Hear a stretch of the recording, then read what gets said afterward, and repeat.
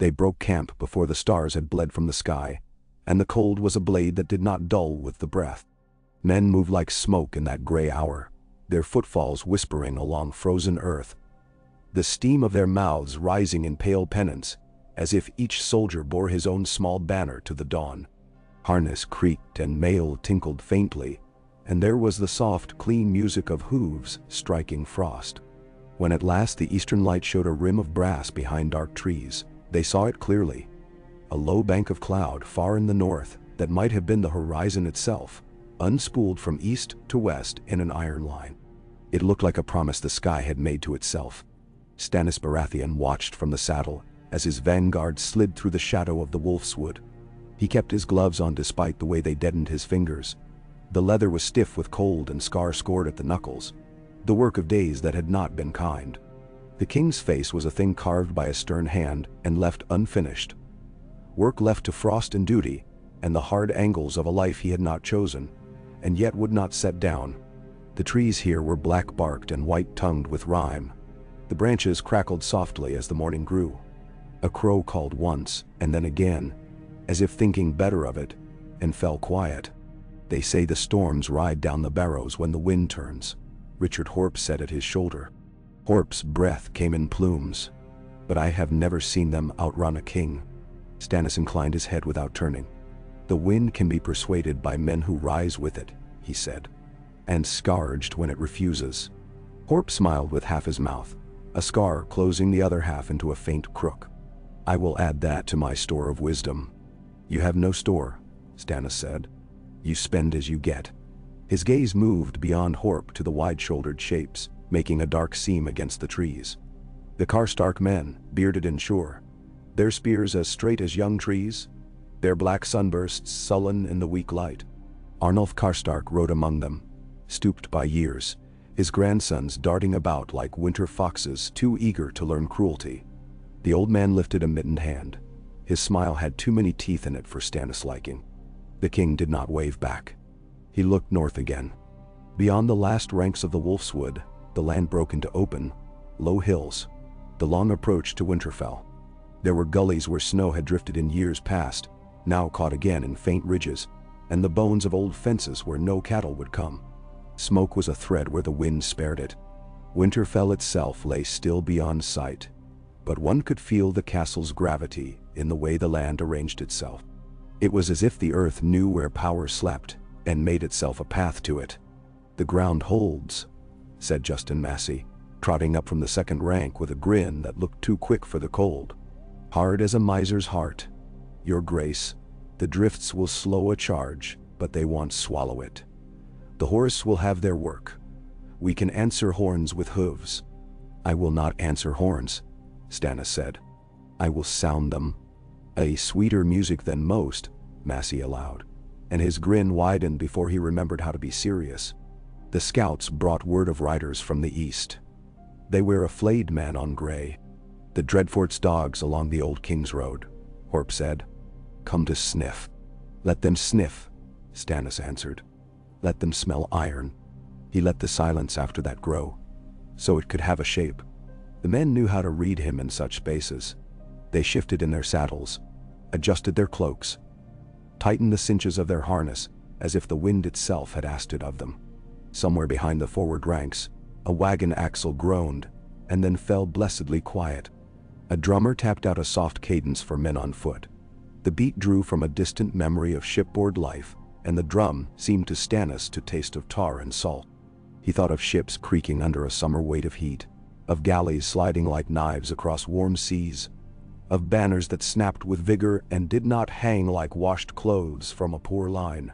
Those seas were behind him, and always would be. The song of wood and water played only in his mind now, a measure he could neither shake nor bear too long. A splatter of ice clinked against his greaves. He looked down to see the horse stamping and tossing its head, shaking frost from its forelock. Stannis reached to touch the animal's neck, gloved palm pressing the heat through leather. None of that, he told it without warmth. The mare he'd taken in Deepwood Motte had a plain, good face and a temperament as stubborn as his own. Stannis liked that about her. He did not put names to animals.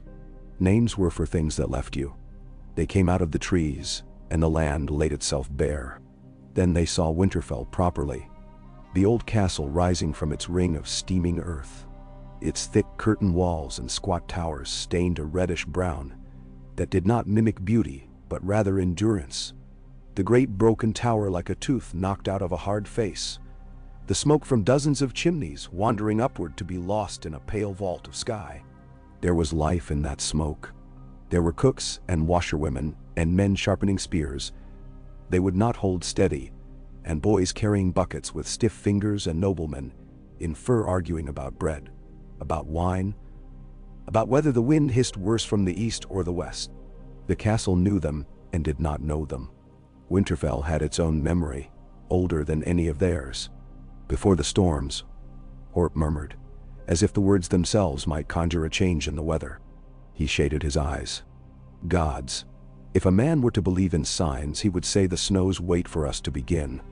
They wait for no man, Stannis said. They are merely not here yet. Behind them, a rangy column of men on foot was the army's spine. The Queen's men took the rail of the left, their red-tinged banners stiff with frost, while the Northman Stannis had stripped from oath to Boltons by legal craft, and blunt talk closed the flank to the right. Banners pricked the air. A mailed fist, a bare leafless tree, a wagon wheel with swords for spokes. Old devices worn pale with cold, as if the day had sucked the color from them. Asha Greyjoy rode a little behind a knot of Massey's men with hands bound in front of her, and a fur thrown across her shoulders like a concession to a guest. She had asked for steel and received rope. Some gods give in riddles and some in flat refusals. She bit her lip against the cold and watched the castle and said nothing. Stannis put heels to the mare and moved down the slope at a walk. He did not like to gallop when the land looked like this. Hidden hollows could snap legs as lightly as a cook fellow broke bread. Horp and Massey came with him, and behind them 24 chosen men whose names were carved in ice and might hold. The wind freshened in that open place and found a way into the space between his cheek and his collar. The harsh kiss of it felt like a command. He lifted his arm, and the army flowed forward at a pace that respected the cold and the horse. They halted within bowshot of the outer ditch. The earth around Winterfell steamed as if a beast slept beneath its stones, and the faint smell of brimmed water that had warmed itself in dark places rose up to meet them. On the walls, men appeared like images pressed into parchment by a heavy hand. A horn sounded from the battlements, not a rich blare, but a flat, pragmatic note that said the day had arrived like a creditor, and it would be ledger to ledger now. The gates stayed shut. Boltons, Massey said, all levity gone. And phrase. The seven above pity anyone who must listen to phrase speak through a winter. Betty, they have their uses, Horp said, as if repeating something a wise man had once told him. That use is to die in numbers. Stannis rode forward alone to the very lip of the ditch, where the ground showed the memory of better weather in a worn path not yet choked by snow. He drew off one glove with his teeth and lifted his bare hand to the wall, not in greeting but in assertion. When he spoke, his voice was not loud, but the land seemed to make space for it. I am Stannis of House Baratheon, he said, by right of blood, by the evidence of line and law, King of the Andals, the Rhoynar, and the First Men, Lord of the Seven Kingdoms, and Protector of the realm. I have come for justice and to end treason. Send me the heads of traitors and open your gates, or keep them closed and let your sons learn from your hunger and your wives from your grief. Bah. The wind carried the words up the wall like a reluctant messenger. There was a stir there, men turning their faces to one another, lips moving behind scarves. In a moment, a man in sable stepped to a crenelle and set his hands upon the stone. He had a lean face and careful eyes and mustaches that had been combed even for winter. He looked, Stannis thought, like a man who would spend 10 years draining a fen if he thought a road might be built where it wasn't needed. Lord Bolton is Warden of the North by writ, the man called. The gates are shut to rebels and pretenders. If your grace, the word was shaped like something that might bite him, is cold, we would have warmth sent out and bread. We are not beasts. You are men, Stannis said. And a man knows when his bread is bought with another's blood. His eyes narrowed. You are Roose Bolton. The man's mouth moved a shade. I am. Stannis kept his hand lifted. Send me your son. Send me your Freys. Send me your Karstarks. He did not look to the right where Arnulf's standard hung at his own flank. Send me the girl who pretends to Stark. Send me what you owe the North, and I will consider your life. Roose Bolton seemed to study the steam that climbed from the moat. The pause was the pause of a man counting down his own breath. You are a day early for courtesy, your grace, or perhaps a month late. You come to a hearth not your own. A guest should knock, but a king should know where he is not wanted. Take your army to the south and leave the north to the men who understand its hunger. There are few men who understand hunger, Stannis said. They speak much of it and learn nothing. He lowered his hand. I will give you this day. At sundown you will send me your answer. In the dark there are wolves. He turned the mare then. Not sharply, not theatrically, but in the measured fashion of a man who knew that turning too quickly on winter ground was a way to fall. When he had come back to his men, he pulled his glove on and pushed his fingers into it until the leather creaked. He said nothing at first. The silence was a whetstone. Then, we make camp. Not close enough for arrows, close enough for meaning. The army pulled itself into order as if it knew the arrangement by memory. Tents sprang from wagons like dull mushrooms. Fires took with difficulty. The wind wanted to have its say before any man's flint could prove a case. The smell of horse and smoke and rough wool and onions thickened. Someone laughed too loudly, and someone else hushed him. A boy of 12 swung an axe at kindling until his fingers failed him, and then did it again. The day's weak heat never came. Instead, the cold sharpened, as if it too had a whetstone, and had decided to be ready before the sun sank.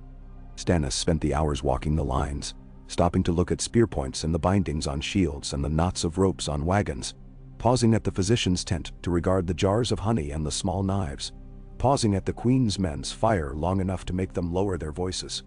They quieted like dogs who had seen a stick once. He listened to them pray. He did not listen for long. When he had come to the temporary corral where Asha Greyjoy sat with her back against a fence post, he looked at her as if she were an angle on a map. Greyjoy. King, she said. She had wrapped her hands in the fur to keep them from stiffening wholly, and the blue at the tips of her fingers had faded. You brought me where the air bites and the land smells like boiled eggs. A kindness. I was tired of salt. Salt wears at iron until the iron weakens, Stannis said. The North hammers it until it rings. And then what? You make a song of it? Her smile was thin. Bring me a harp, and I'll sing a rock to sleep. He studied her for a moment. Do you know these walls? I know all walls, Asha said. I know what men become when a wall stands between them and what they want. I know what a girl becomes. What is it you want from me? Not songs. Your eyes. He glanced toward Winterfell. I have scouts, and I have Northmen who know the smell of the moat, but I will take a reaver's counsel when it concerns stones. They are not stones alone, Asha said.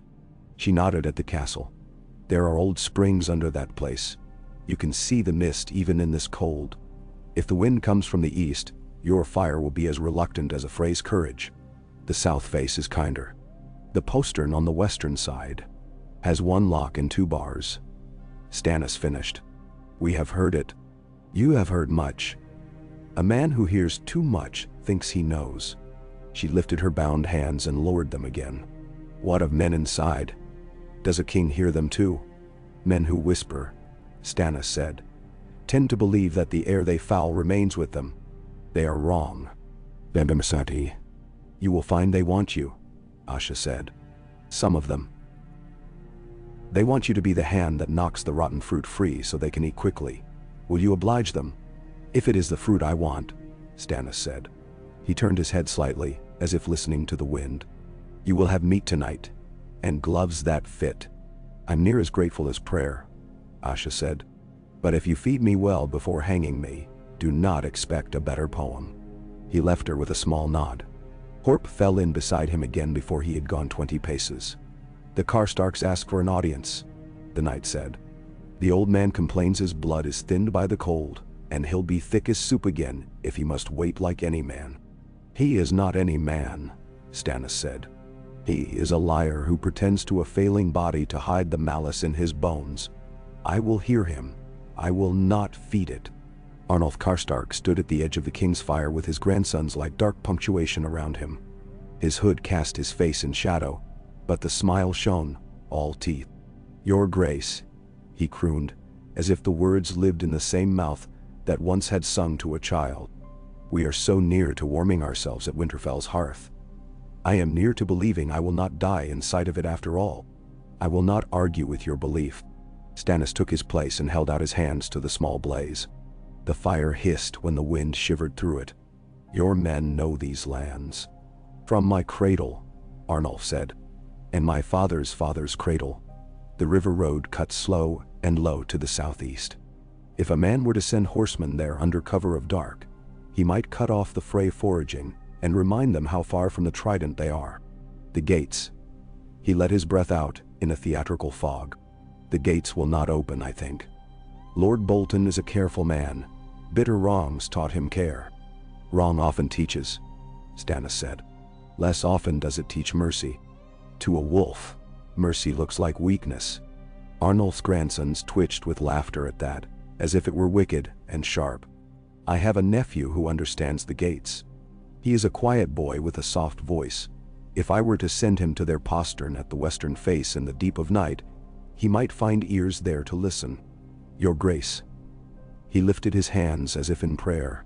Allow me to make a gift of this nephew. A Karstark owes the Starks more than a song. Your nephew was raised inside those walls? Stannis asked. Half his life, Arnulf said. He knows the stone's taste. Stannis looked at him for a long and indelicate moment.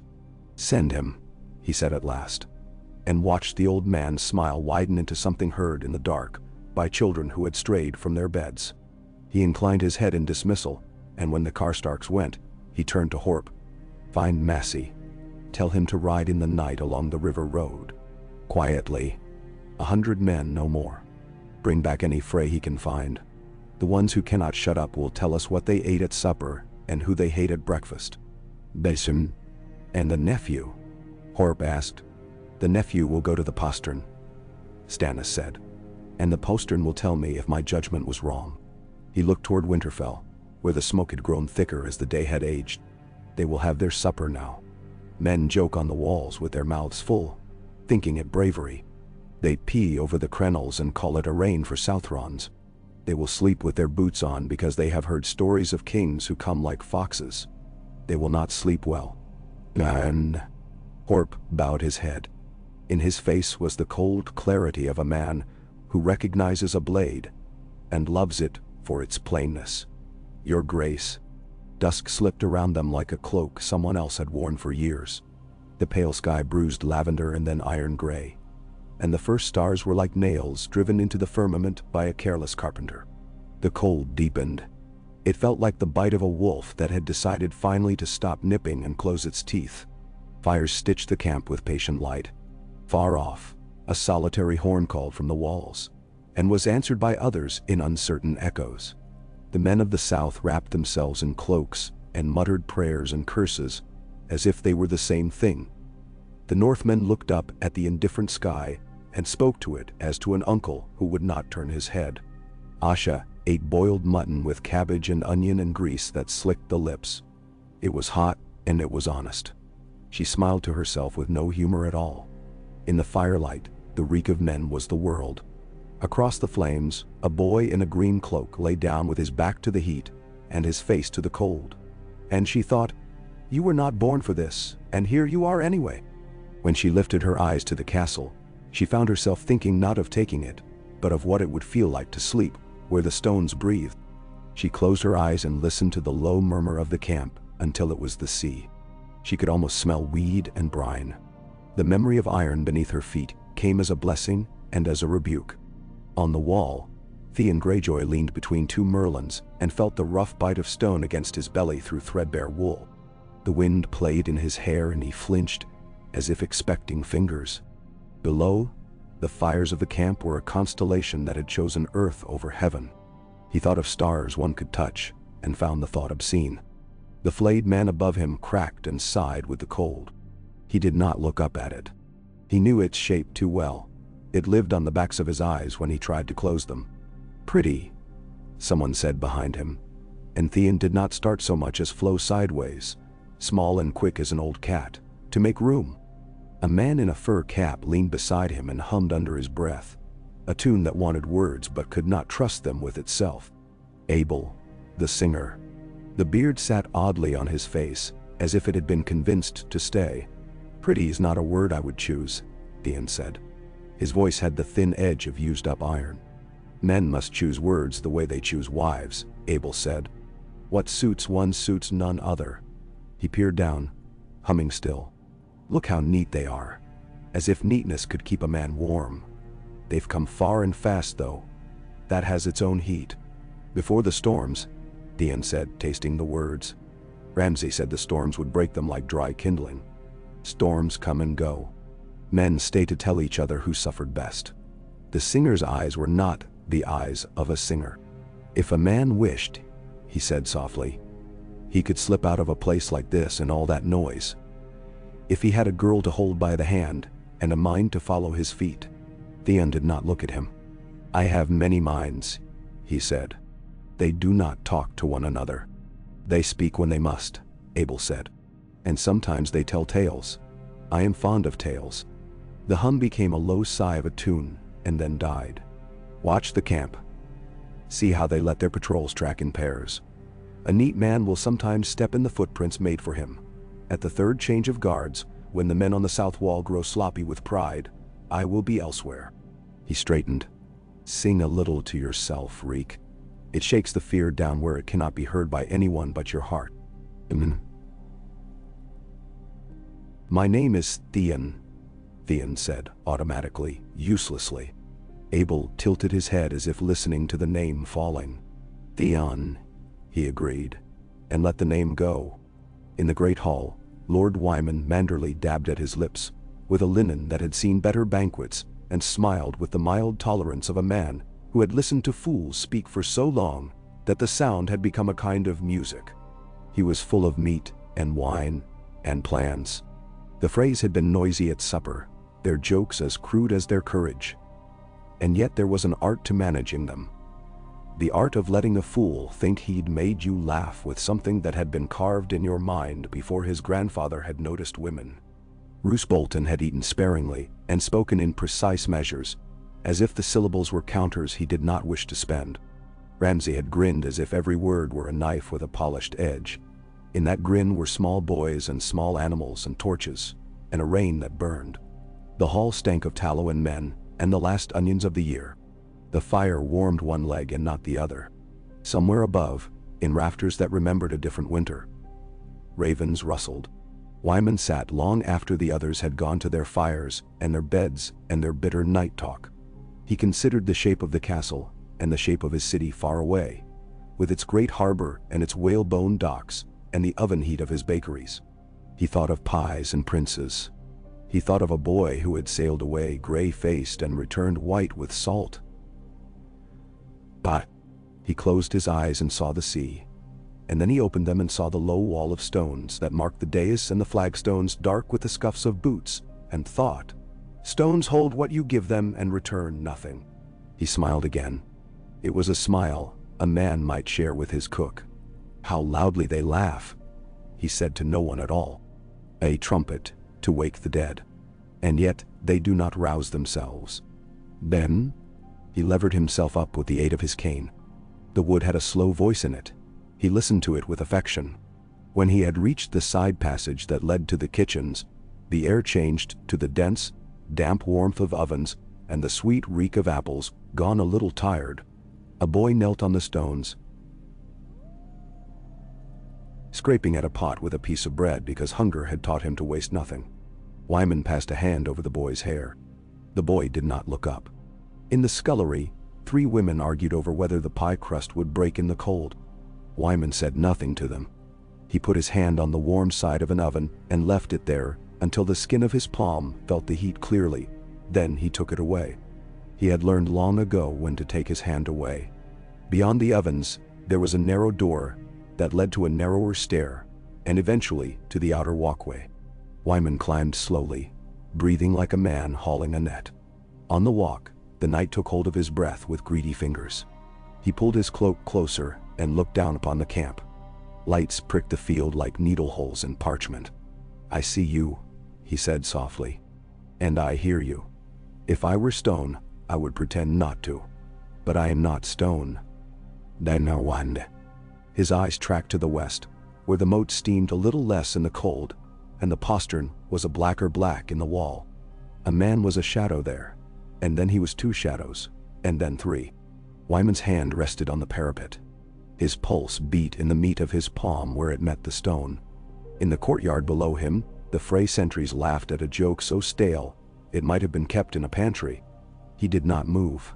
He was a great man, and he could be patient better than thin men could, for patience is a kind of hunger. And he had been hungry all his life. Supper ended, and did not end. Winterfell did not sleep so much as shift its great weight to another hip. The wind came around a little to the north. The air grew knife-clear, as if the world wished to show its bones. The first guard change of the night blundered a little at the eastern sally. The second at the south came in solemn and warmed with a sense of their own importance. At the third, as Abel had foretold to a man who still sometimes answered to Reek and sometimes to Theon, the south wall sagged into an easy slouch of talk and stamping feet. Stannis slept briefly, as one does who would rather not. He woke before Horp's hand reached his tent's flap and said,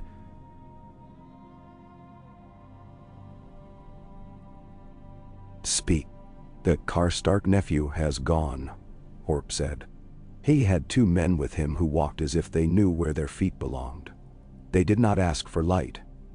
"And Massey is away on the river road with 102 fools who can ride." Stannis stood. The cold caught the sweat that had dared to start on his neck and punished it. He belted on his sword and lifted his cloak. "The horns," he said. "Have them ready." "Not yet." "Then?" He stepped into a night that had been polished. The sky above the black castle was sharded with stars so clear they might have been fresh hammered. The warmth of Winterfell stones breathed into the air from the great earth of the springs. The mist made ghosts that could not scare anyone who had seen real ghosts. Stannis walked to the line where his men waited. Horses muffled and stamping, men bare-eyed and hard. He tested a stirrup, tightened a strap here, a knot there. His hands did not shake. He had been a king long enough to know that nothing cured shaking hands so well as having something to do with them. A rider came out of the dark with his cloak gathered close, and his breath a ragged thing. He slid to the ground as if the mare had grown too tall for him. "Your Grace," he said, trying and failing not to gasp. Freys on the river road, a dozen taken before they knew their names. One of them had a letter for Lord Bolton. A raven's words written for a man's hand. It speaks of foraging gone poor and men missing. "Letters are like women," Stannis said. "They go where they should not." He nodded curtly. "Horp. If the postern opens, it does so to test us. If it stays shuttered, it does so to insult us. Be ready to accept either." The horns sounded from within Winterfell then. A sudden clamor that mocked Stannis' plan, and yet might be part of it still. Men's voices ran along the walls. Shadows hurried in places where shadows had been content to sit. Stannis lifted his head and listened like a hound. The sound was not the alarm of men who had caught a fox at their hem. It was the announcement of a thing planned long ago. He turned to Horp, and in the flicker of the nearest fire, the knight saw no fear. Only arithmetic. "Abandon the notion of courtesy," Stannis said. "It is not wanted." He swung into the saddle, as if the beast had been made to his measure. "Stand the line. The first horn is mine." Across the cold air, faint as frost, came the sound of singing. It was not the reedy piping of a fool's lute. A voice alone, carrying a tune that tried to pretend it knew nothing of fear. There were words in it once, perhaps, but the night ate them. It died quickly, not because of arrows but because a song is a living thing, and living things do not long survive the cold if they are unwelcome. The postern on the western face did not open. Instead, a smaller door within the gatehouse, a mere servant slit, yawned briefly, and admitted 2 shadows, and then none.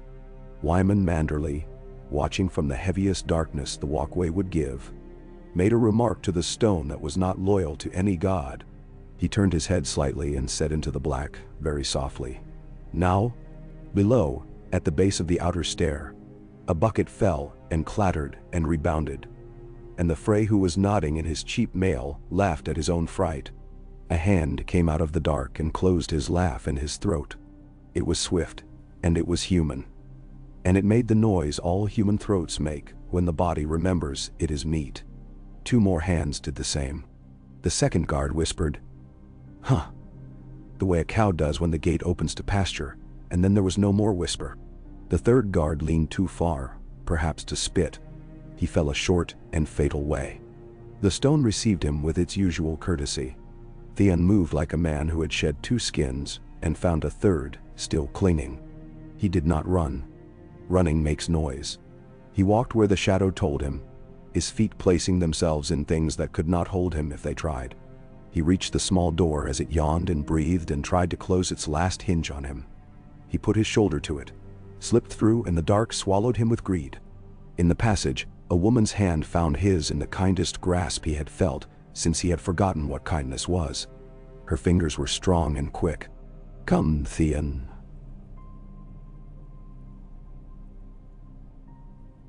She breathed, her voice the barest shape of air, and that was all of it. Far out in the white field, where the frost laid a thin skin over the land's hard face, Stannis loosed the first horn. The sound was not grand or noble. It was a workman's shout, the thing the throat makes when a burden must move and other men must put their backs to it now. The second horn followed, and then the third, and then the drums. Men rose from the lines like wheat cut to the height of a grown man. Horseflesh bunched and released, breath like smoke from a field of new fires. The ground did not give. It accepted the hooves and the boots with an old indifference. They moved. The North always respects movement over talk. The first arrows from the wall were a gesture, not a decision. They fell short, their feathered butts thumping in the drifts like birds who had lost courage. The second flight learned from the first and drove home. A man at Stannis left hissed and folded, and the horse stumbled and righted itself, and kept going because it had not yet asked permission to die. The king did not look at the fallen man. He kept his eyes on the section of wall where he had decided the night before that memory would play a part, and fortune would either refuse that part or accept it. At the western face, chaos made a small and temporary kingdom of the postern yard. Men ran where they had once ambled. The bell at the cookhouse door swung and clanged once, twice, then stilled as if someone had told it a secret it must keep. Under the walls, a small knot of figures blew up from the ground like leaves driven into a whirlwind and vanished through the servants' slit that had obligingly yawned and would now never again be mistaken for a trivial thing. Wyman's hands rested flat on the parapet to either side. "Good," he said in a voice that would not have woken a sleeping dog. "Better." Ramsay Bolton grinned his endless grin and gave orders as if he were trying on cloaks. His men ran to fetch his pleasures for him. Roose spoke half as many words in twice the time, and his men moved with that different obedience you give to a man who makes you feel the shape of your neck. The Frey shouted too many words and bumped their shoulders, and threw a rope and missed and threw again. The dead guards had died politely, and their replacements were in no mood for courtesy. Theon felt the castle under his feet as something alive. The warm rush of air through a low arch, the dull thump of a door that had been left to swing, the skitter of a rat as it chose life over bread. These were the castle's own heartbeats. They went down a step and up to and along a passage so narrow that when the woman's shoulder brushed his, he felt not flesh but purpose. When they burst at last into the night air again, the cold took him like an old debt come due. The girl? She was not Arya Stark, but for this night the name had been placed upon her like a cruel wreath, made a sound that might once have been a sob.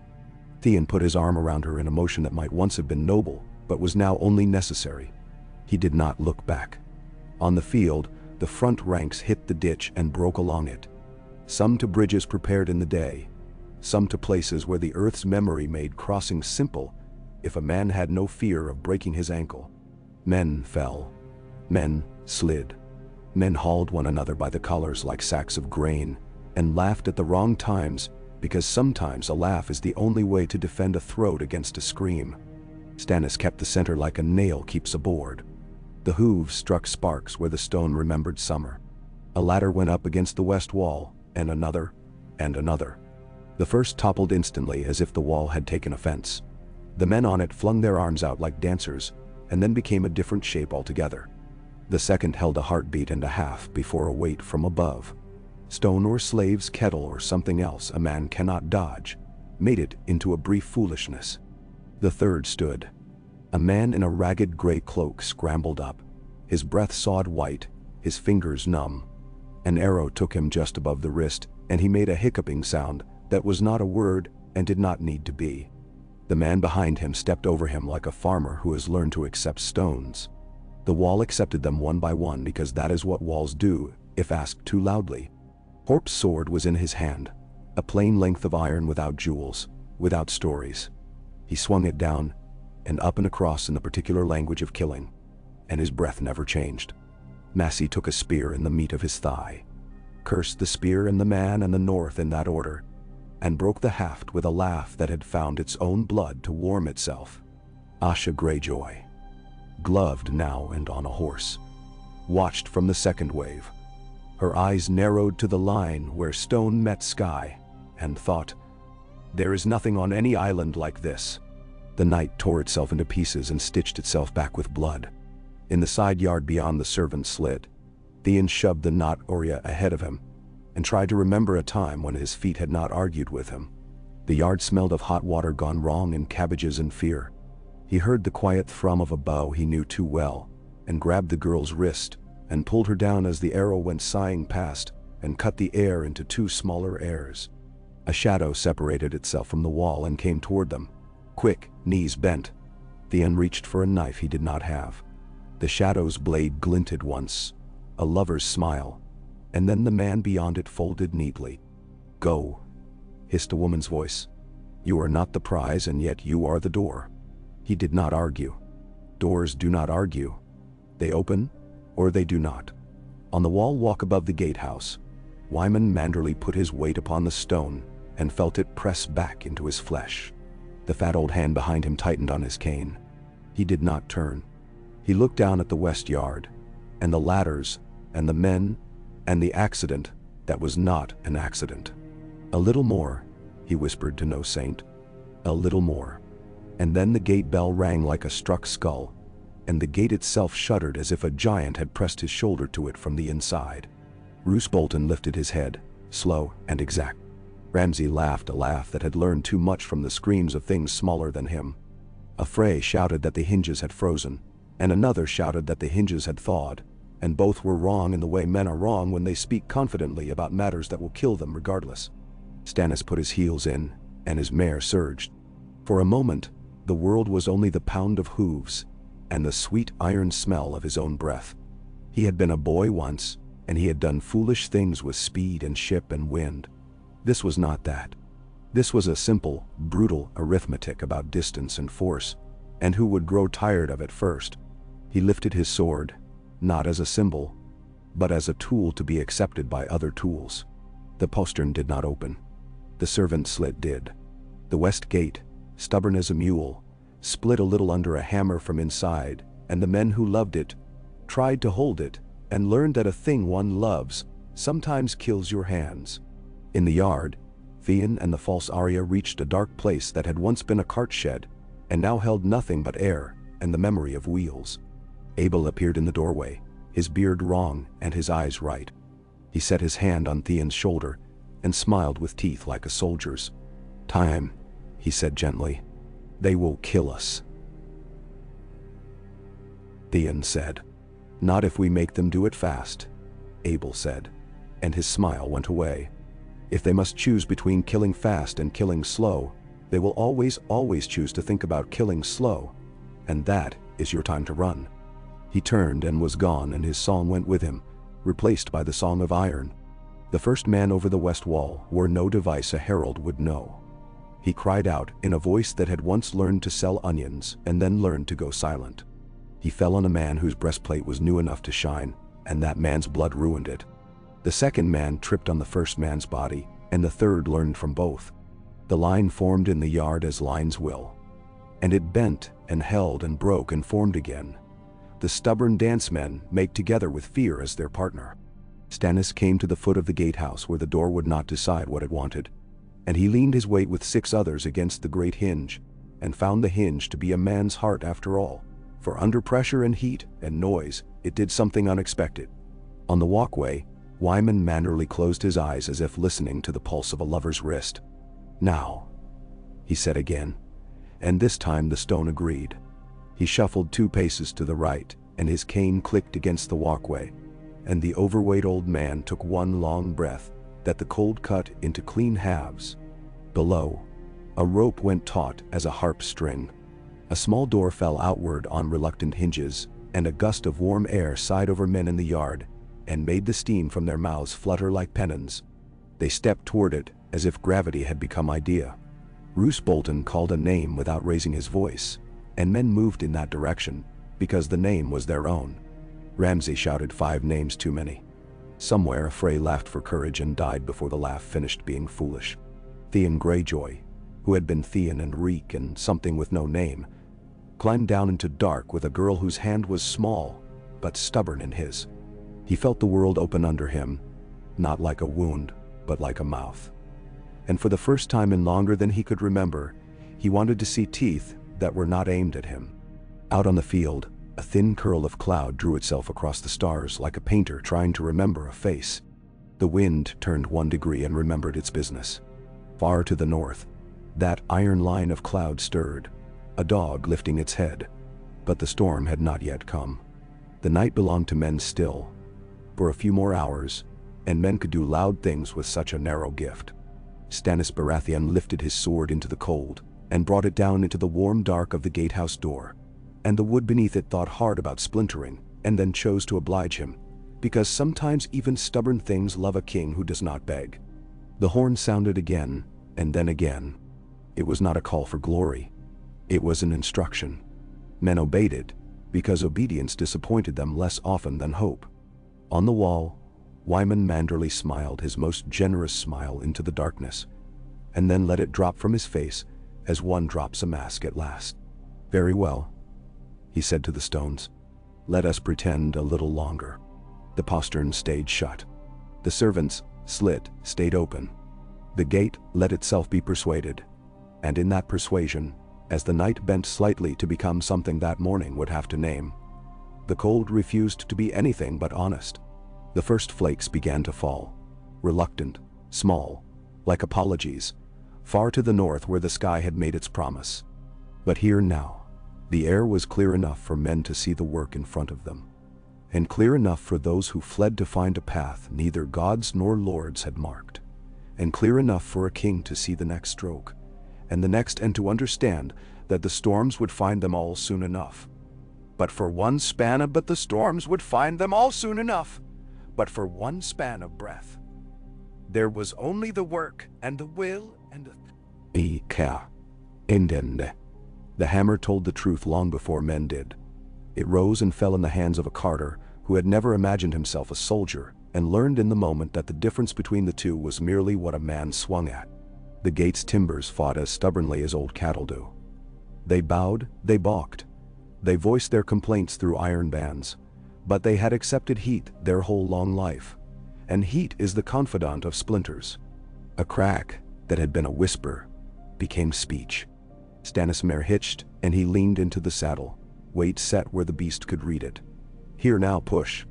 On the wall above, a pot tipped. The liquid within it had not decided whether it was friend to water or to fire. It hissed and spat as it fell, and stung the men below like a swarm of furious bees.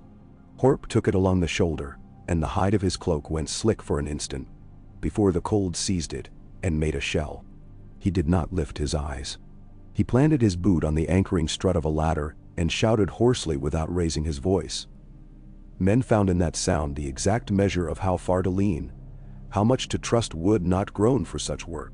Arrows came in pairs, then in threes, then in volleys. The first men to fall did so neatly, as if the field had made room for them in advance. After that, neatness ended. A man slipped in blood and knocked another to his knees, and the second, in falling, lifted his shield by accident to catch a shaft that would have gone to a boy behind him. The boy did not see it. He looked at his hand, which had taken a splinter the size of a tooth, and thought of nothing but pulling it out. The gate yielded a breath's width, then 3. The hinge moaned the way an old man does when asked to kneel. Stannis' jaw did not clench because it lived there already. He could see, in the mind's map he kept not, because he trusted maps, but because he loved hard lines. The short passage beyond, the murder hole above, the angled niches for archers, the second door. He did not delude himself with the idea that one surrender would teach another the practice. He drew his sword not because the men wanted to see it, but because his hand did. The steel came free with a dry sound. He remembered whetstones in a small chamber in another castle, where sea air came to mock all men's efforts at sharpness. The memory had no place here. He set it down. Again, he said. The hammer obeyed. The gate sighed as if relieved to be told what it would be. Within, under the black maw of the murder holes, a lantern swung and made of its own light a trembling. The first men who came through were not Stannis. They belonged to the castle and had been born to other names. A bolt drove one of them to the stone where he sat and blinked at the leakage coming out of him, as if trying to place its color. His companion stepped around him because stepping on him would have been a lie, and the man on the murder hole walkway, a fat silhouette with a cane, leaned beside him, watched them with the peculiar tenderness of a cook selecting one apple out of 10 identical apples for a thing no guest would taste correctly. Wyman Manderley lifted his free hand from the stone and wiped a small damp from his lip with the back of his fingers. In the courtyard behind him, men argued with harness. There is a way harness complains when men are afraid that it never learns when they are merely hurried. The sound came to him through a lifetime of hearing other sounds, and he filed it. He bore catalogues in his head where other men bore prayers. A runner came hissing along the parapet like a cold wind. "Lord," he said, breath snagging. "The west yard."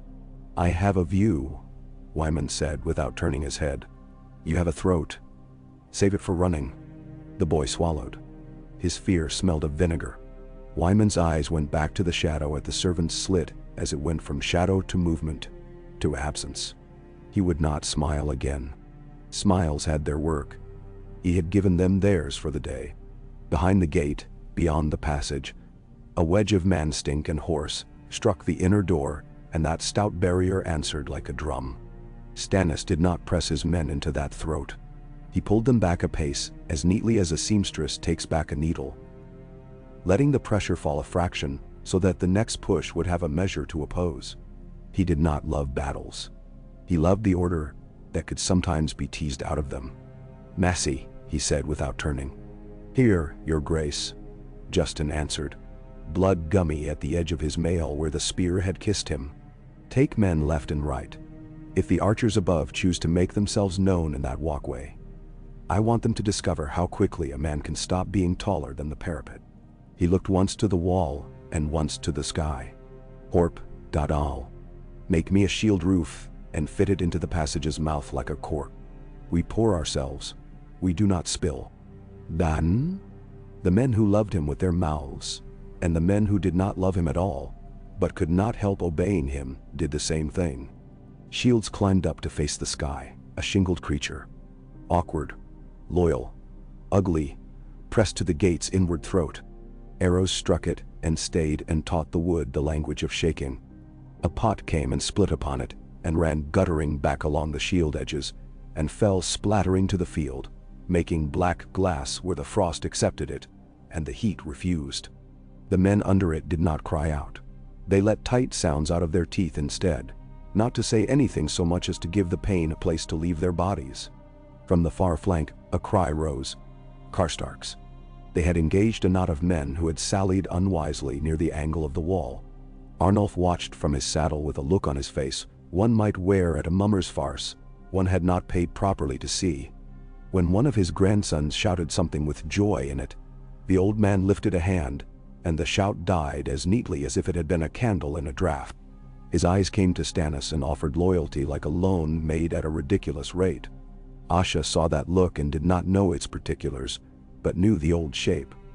The gleam behind a man's eyes that is less thought than appetite. The glove on her hand fit clumsily. The king's promise delivered too late to feel like a gift, and she flexed her fingers as if reminding them they were hers. On her right, 2 queen's men bellowed a hymn with the glee of men who felt heat at their faces at last. She wondered which god liked off-key song better. The mare under her shifted and mouthed at the iron in its mouth, and she soothed it without thinking. All her memory of ships turned to this poor land beast with its fear. If the rope were not at her wrists, she could have stolen 3 horses and a man by now, and been away for the sea. The rope insisted. She settled for stealing sight. She measured where the ladders leaned, where the ladders lay. How many bodies made a new kind of rubble? How quickly the men meant to be fast grew slow and sullen in the cold. She saw a boy whose helmet had slid over one eye and was making him half blind, and she wanted to call to him across the din, the way one calls to a brother who has taken up a cleaver in the wrong hand. She did not. Within the walls, Roose Bolton stood as if the stone had asked him to learn how to be a pillar. He did not so much watch as breathe the hall, making a ledger of every breath that belonged to someone else. A man came to him with a face he could scarcely keep together, and Roose accepted the report, without asking for the man's name. Names become a currency in a siege. A careful man avoids spending them. "The Westgate yields," the man said. "Like a door in a wet house. We have men there and more men, but the wood was cut in the reign of Brandon Iceeye," Roose said mildly. "It has learned stubbornness from better men than you." He turned his head enough for Ramsay to see the white of his eye. "You will not sally with fire," he said to his son. "Not yet." Ramsay's grin stayed on as easily as breath. His hands, encased in fur, opened and closed as if trying to learn how to be paws. "I could scatter them as one scatters hens," he said, almost sing-song. "Let me loose, father. Let me show them the color of their courage when it freezes." "There will be time to squander yours," Roose said. "For now you will be still. Men who are supposed to be still panic, and men who are supposed to panic become still. Let us allow them to do each other's work for a while." He lifted a hand, and a Frey captain scurried forward like a beetle who had discovered its own legs. "Hedges," Roose said. "You will take 20 to the western walk and speak to the archers there about angles. You will not shout. You will remove any man who cannot count to 5 stones between shafts without needing his fingers to teach him. If a ladder stands, drop it. If it will not drop, break its head and let it heave in the wind, and carry men nowhere until they quarrel with one another and fall. Do you know 5? You will learn 4 after." "Thou." The Frey bobbed his head too many times. "Lord, yes." At the door he turned back. "And the old fat one, my lord. He takes the air like it is wine." "Manderley consorts with air as he does with all pleasures," Roose said. "It will be his last. Go." Theon Greyjoy felt the old stone under his boots, the way a child feels an old bed. Every hollow familiar, even when he had never slept in it. The girl's breaths came shallowly, each one the size of a sparrow's heart. He did not know what to do about that. He knew only that if her breath stopped here, the stone would keep the knowledge and hold it against him forever. The passage had been made for servants and for steam, not for men. Too narrow even for fear to spread its shoulders. Where it turned and the air changed in temperature, the hair rose on Theon's arms as if an animal had stepped into the passage ahead. In the distance, if there is distance in such little places, he heard a cry that had no words in it and nevertheless expressed a whole book. He thought of dogs. He did not allow his feet to stop. Abel was a shadow that proved itself a man only when his hand found the lintel and he ducked his head. 2 women moved with him, one thin as a sword blade, one with shoulders like an oarsman at the end of a season. They carried steel casually, like wives carry bread. "Here," Abel breathed, his beard wrong and his eyes right, and put Theon's hand to a rung that had seen more wet than hand. "Down. Count your feet. Do not count your thoughts. Down." The ladder went only 8 rungs and spilled them into a tunnel that had long ago decided to be warm. The girl stumbled and stifled a sound, and Theon was beside her before the sound had ended. Helplessly, all his impulse once more a thing that had no plan. He put his body between her and the wall, as if the wall would take offense at being touched by a girl. The steam kissed his face the way a forgiving father might. The thin woman moved past them low and ready, and stopped with her hand out. "Listen," she said. The tunnel did the listening. Far above, under stone, a voice shouted, "Gate!" in a tone of a man who thought words could be gates if said at the right pitch. They went. Twice more they put their hands to ladders. Twice more the world changed its temperature under them, like an animal changing sides in its sleep. Theon found in himself a capacity for moving quietly that he had not trusted to remain. The girl's hand did not seek his, but neither did it leave when his found hers once. The smallness of it made him want to weep for a thing he could not name. He set his teeth against the impulse and leaned into the next turn. The last door. No more than 2 thumb-thick planks set upon a frame that had seen better carpentry, refused them with feeble dignity, and then offered its feebleness so that a knife could teach it what to be. Cold struck them like a thrown basin. Outside the wall, earth smelled of stone and heat and horse and fear, and the old sweet stink of the moat's warm waters. The stars had withdrawn a little, as if to watch from a seat in the rafters. The yard here had been meant for nothing more than buckets and a cart, and a boy to curse a wheel that stuck in a rut. On this night it asked to be a road. Theon pushed the girl ahead of him, and felt the weight of the wall at his back, as if all the men upon it had put their hands against him in odd pity. He did not run. He made his feet go fast without running. To run is to advertise. To walk quickly is to hope a god has forgotten you. A figure rose from under the lip of a trough. A blade showed its face just once. Theon's hand went to defend the girl without his permission, and the figure hissed like a kettle. "Stupid," the voice said, not without admiration. "The stupid ones live sometimes. This way." It was the oarswoman's voice. She put a hand on the girl with the care a surgeon uses, and drew her into a shadow that had remembered them. A horn sounded from the field beyond the ditch. Long, flat, without a flourish. And Theon felt it in his chest, as a shepherd dog feels a call he neither loves nor can disobey. He turned his head like an animal, and his eyes found the place where the gate had made its choice. Not yet open.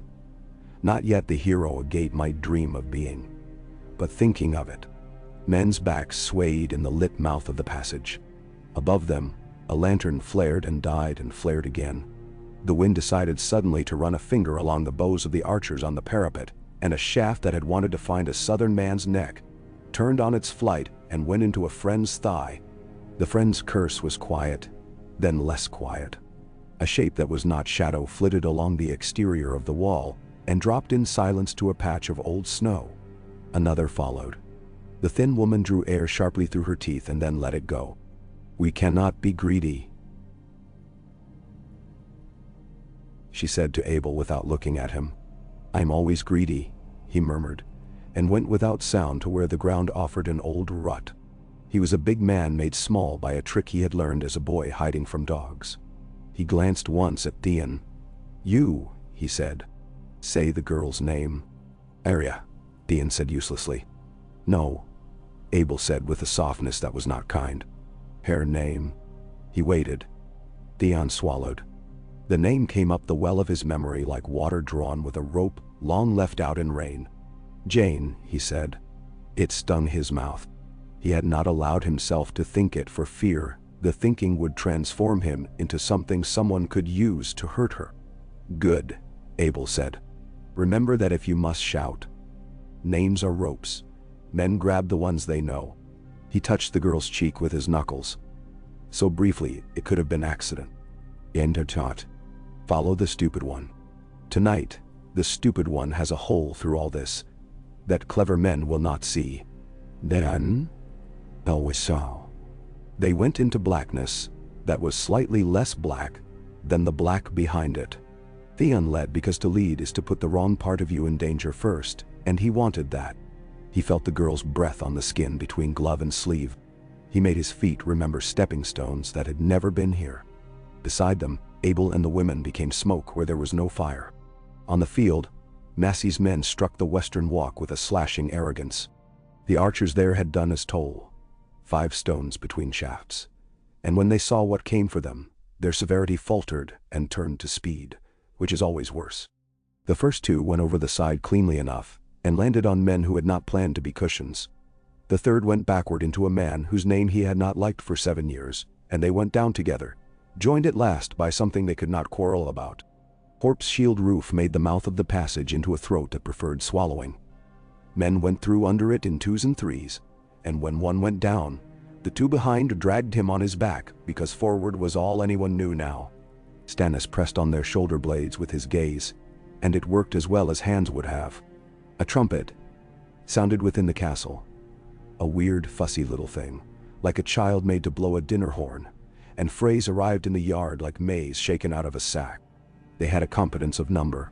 It looks like courage from a distance. Up close, it looks like elbows. They made noise enough to be counted, and that was their best work. Wyman Manderley watched them assemble and mentally buttered 3 pies. He turned his head at last to a man who had stood in his shadow long enough to resemble it. "Time," he said, like a man telling dough how long to rise. The man, baker's arms, butcher's eyes, nodded once. He went down off the walk like a man descending into a beloved cellar. In the yard he found 3 Freys whose faces he knew well enough to have remembered how best to carve them. He took 2 aside with an amiability that owed its ease to meat. The third followed because his kind follows. They went together toward a door within all doors where warmth hangs back and asks whether it should attend. Roose heard, more than saw, the change in the sound of the west yard. He did not ring bells in his mind. That's for men who do not know what to do with suddenness. He breathed, and tasted the cold, and counted his breaths. And with each count, he let go of one plan, and took hold of another, so that his hands never knew emptiness. "Bring me the singer," he said, to no one in particular and also to the exact man who would hear and go. "If he is a singer." He turned his head half an inch. "Ramsay, if you must go, go now. And do not take fire. There's enough of it in men." Ramsay did not leap. His pleasure grew in him as a bruise grows, purple from inside. He set his helm upon his dark hair, as one sets a goblet upon a nail to see if the gods are watching. He took the stairs as if someone might try to close them. When he came out into the west yard, he was perfect for a moment. A thing made for winter. Compact, certain, with a violence so close to the skin, it looked like health. Men flowed around him. He did not raise his voice. He did not need to. His name walked before him and did instruction. Asha saw him enter the yard, and felt, as one feels a weather change, the way men turn their heads. She had known such men on the islands. Men who delighted in arranging the world into the shapes of their appetites. This one had a father like a quiet bell. The father's sound traveled farther, lasted longer. The son's sound was louder, and would die in the air as soon as his throat did. But throats live a long time if they are fed laughter. She spoke to the Queen's man at her elbow because he was there. "There," she said. "The boy with a man's teeth." "Boy," the Queen's man said indignantly, "because his god taught him to name evil a god, and fight it with song." "Watch," Asha said softly, and he did. Theon came up out of a hollow and found, not a wall, not salvation, not anything he would permit himself to name, but a low line of dark that moved when challenged. He stopped, because men who stop allow other men behind to listen. A rider's horse snorted and stamped. The rider swore under his breath at it with love. And Theon was suffused with a yearning so acute it made his stomach grate with ache. He stepped forward, and the rider's sword came up, steady even in surprise. "Your name," the rider said simply. "Theon," he said, chest shaking. "Of House Greyjoy." He had thought never to claim that again, but he would spend anything now if it would buy this girl a second breath. "I have the girl." "She is not." He swallowed. The old habit of not telling truths that hurt had to be strangled like a snake. "She is not Arya Stark. She is Jane Poole, a steward's daughter taught to wear another name." But she is a girl that man means to break, as a boy breaks a dog. I bring her out for the king." Then, the rider, who had been taught to count lies the way monks count beads, made a small exhalation. It might have been pity. It might have been a calculation finished. He lowered his blade a little and turned his head. "Here," he called, neither loudly nor softly, and two men moved their horses up to make a pocket of warm air, a small mercy. Jane made a sound at the word mercy, and did not know why. The rider looked to Theon again. "If you lie, man of iron, I will make your throat unlearn its own work." "Teach it," Theon said, because he could not bear to be what he had been. "Teach it if you find I have lied." They moved in a clutch of horseflesh and breath, and a discipline that kept quiet even when pleased. The men did not look at Jean as they would have looked at a lord's daughter. They looked at her as they would at a foal in a winter ditch.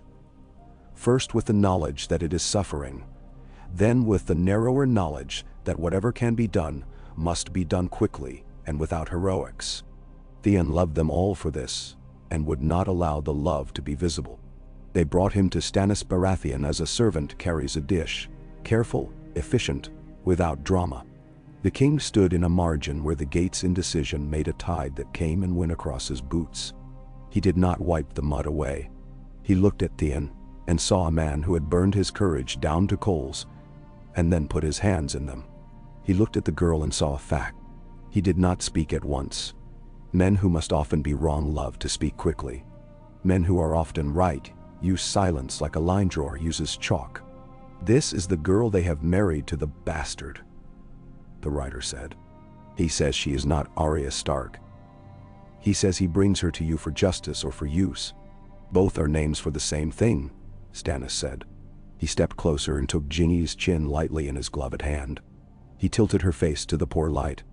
"Girl," he said not unkindly, "say your name." She swallowed and her throat showed a fine line of filth where her scarf had rubbed it raw. "Jay." She shut her eyes and tried again, as if lifting a weight.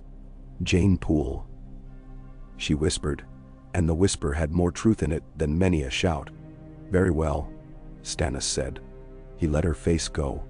He spoke without looking away from her. "Or, God, you will take her back under guard enough to make a small army. You will keep swords between her and every man not sworn to me twice. Send for Seaworth's boy with a litter's straps. The girl will ride neither saddle nor shoulder. She will be carried the way a truth is carried when men understand it will be used." He turned his eyes to Theon. "And you?" Theon felt his body prepare itself for all the things men had made of him. He made himself taller and failed. "I am here," he said, because to say more was to beg. "You will speak to me again when I require it," Stannis said. "For now, stand where my men can see you, and remember that it was your feet that brought you to that place." Theon nodded. His eyes stung as if he had looked into something too bright. He wanted to laugh at himself for the poverty of his wishes. A hand touched his sleeve, Horp's, and he went where the hand guided him because hands had mostly done worse. Beside him, Jean let a sob out that was not quite a sob. The wind took it and did not play with it. Stannis lifted his face to the wall again. "Send a herald," he said. "I will go," Massey began, smiling as if the blood on his thigh were an inconvenience a tailor might fix. "No," Stannis said. "A herald, not a fool." He chose a man with a good voice and a face that owed debts to no one. He put into his hand a strip of cloth hastily bound around a stick. The stag of Baratheon painted on it in a child's strokes by a man with numb fingers. "You will go as close as you must. You will say that the false marriage is ended and the girl is in my protection. You will say that the wolves of the north will not answer to a flayed man. You will say that any man who comes out under his own name and lays down his arms will eat tonight like a guest, not a dog. You will say that the warden may keep his life and his title if he gives me his bastard and his freeze. And you will say, finally, that the storm from the north is an indiscriminate god, and will wash the liars and the honest into the same ditch if kings are made to wait." "Mendamaso." The herald took the stick as if it were a hard bread and might break. He bowed in the old way. His lips moved once, as men's lips move when they read to themselves, and then he went. On the walk, Wyman Manderley heard the herald's voice when it came and admired its steadiness. He had spent half a lifetime listening to voices and measuring where the tremble lived in them. This one had grown up in a yard where a father had taught him to speak up and say what he wanted. He liked that. He liked also the way that, halfway through, fear came to sit on the man's chest, and the man did not invite it to leave or welcome it to stay. He merely acknowledged that it was there and continued. "Good," he said to the stones. "He will be dead in a story. In life he will go on to be boring." Roose heard too. He closed his eyes in courtesy to the man's death, and opened them again when that courtesy had been paid. "Hedges," he said. "You will not loose upon the herald." "But my lord." The Frey's mouth opened as if to swallow pleasure. "You will not," Roose repeated. "You will allow me to answer a king with a device I admire. I will answer him with quiet." He lifted his hand. A man went with it as a hawk goes when a wrist turns. "Saddle," Roose said calmly. "And bring me my cloak with the fur that does not look like pride. We will go to the wall and not shout." When he stepped onto the walk, his breath made less steam than the men around him. He leaned his hands upon the stone and felt, as Wyman had, the heat beneath it. "King," he said, in a voice that did not try to reach the field so much as it tried to reach the place in all men where their own names sit. "Your herald has a good voice, ashamed to spoil it with cold. You have a girl. You have many girls, I am told." He allowed himself half a pause. "Keep that one. She will be safe with you. The wolf, however, is here. She is where she belongs. Come and take her, and learn the color of Winterfell's marrow. Or go away and be warm, far from where men who know this land keep it." He made a small, exact gesture with his hand. The herald came within range of 24 bows, and did not die. Roose saw him swallow, and saw him step backward, and thought of a gentle horse being taught to go sideways. Ramsay at his shoulder laughed under his breath. "A kind answer," he murmured. "Kindness is a leash," Roose replied. "Learn to like the feel of it or you will run into the road." His eye slid. "Manderley, you take the walk like a priest takes a pulpit. Are we edified by your presence?" "We are always edified by my presence, Lord Bolton," Wyman said softly, with a smile on his lips men always mistook for wine. "I was only breathing. It is a vice of fat men to enjoy the things their bodies can do." "Breathing is admirable," Roose said. "Do continue to enjoy it." The herald made it back to the line alive and learned in the hour that followed that men do not love a man less because he has failed to be killed. They sometimes love him more. Stannis took back the stick and handed it off to a boy as if giving away a chore. He said, "They will not play." Quietly, and the men around him who had wanted to be told to be noble were instead told to be patient. The first snow came then. Not the storm. Only small first promises that would, in an hour, grow tired and stop. The flakes drifted down sparsely enough to count. Men from the south put their faces up to them like lovers. Men from the north ignored them, as one ignores the first cough of a man who will spend the winter dying. Stannis felt the brush of one on the back of his hand and thought of his brother scowling at a drizzle while looking to a siege ladder, as if it were an insult personally crafted. He wondered if Robert had ever been truly cold while sober. The thought made him choose to be colder. He sent for Asha. She came with the rope at her wrists made more presentable, and her eyes like flint, held at the right angle to spark. "Greyjoy," he said. "Once you were taken into a castle as a hostage and learned the way men carry keys. You told me earlier you knew all walls. All the walls worth knowing," she said. The corner of her mouth moved. "Is this one worth knowing?" "It will be," he said. "Not tonight, perhaps. Men inside want me to do their work for them. It is always so. But the land is on my side for the moment, and I will spend that moment. I have the girl, which is not the same as having the wolf. But it is something. I have letters that will bear different weight in the morning. Before the storm makes men think God did my work for me, I will do my work." He looked past her to where the Karstarks had made a neat little din. "When the time is exact, I will have a small door open where a cook once taught an apprentice not to burn his hand. You will go with men I choose. You will find a path inside that will not fit the pride of bigger captains. Now, and if I choose to run along that path the other way, pleasantly, he did not smile. Then you will run into men who outrun you. She cocked her head. Honesty is ugly in most mouths. It suits yours. The rope flicked against her fur. I will go. Not for your stag, but because a man like the boy with the grin cannot be left alone with a house like that. I have seen men marry places. Those marriages end in blood. Perhaps I am a maid of honor at a different wedding than the one he wants. Nah. He gave Horp her escort with a look that said what his mouth did not. The queen's men looked on with distaste. They called piety. Stannis let them practice their prayers on their own breath. He sent messengers like pebbles thrown down a slope. To Moore's Crowfoot to watch the east, to a nameless rider to circle north and find if the weeping water had begun to freeze enough to take a horse. He does not ask the river. He asks the man's eyes when they return. He sent a man with ink-stained fingers to sit in a tent and write the same 3 letters a dozen ways, so that for each recipient one was perfect. He told no one to sleep, and time obeyed him. In the kitchens, a door shut that had been open all evening, and the sudden hush of drafts made every fire reveal how much it had relied on the arguing air. A knife went into meat that had not been promised to anyone, and what came out of it made a particular smell, halfway between triumph and grief. Wyman's man made a note in his head to add more cloves to the next batch. He had a good butcher's memory.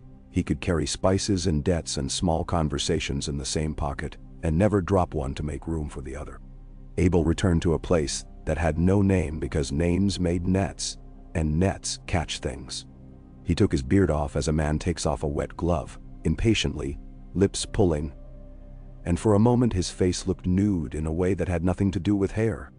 The women set knives down and looked at him, and in their looks was the kind of devotion one sometimes sees in men before a fire. Not love, not exactly worship, but a readiness to follow the light until the light failed them. The stupid one did well, he said curtly. The girl is with the wrong king, which is the correct place for her to be. For now. The wrong king? The oarswoman said dryly. All kings are wrong, he said, and some are necessary. He tied the beard on again without tenderness. Roose has sent for a singer. A singer he will have.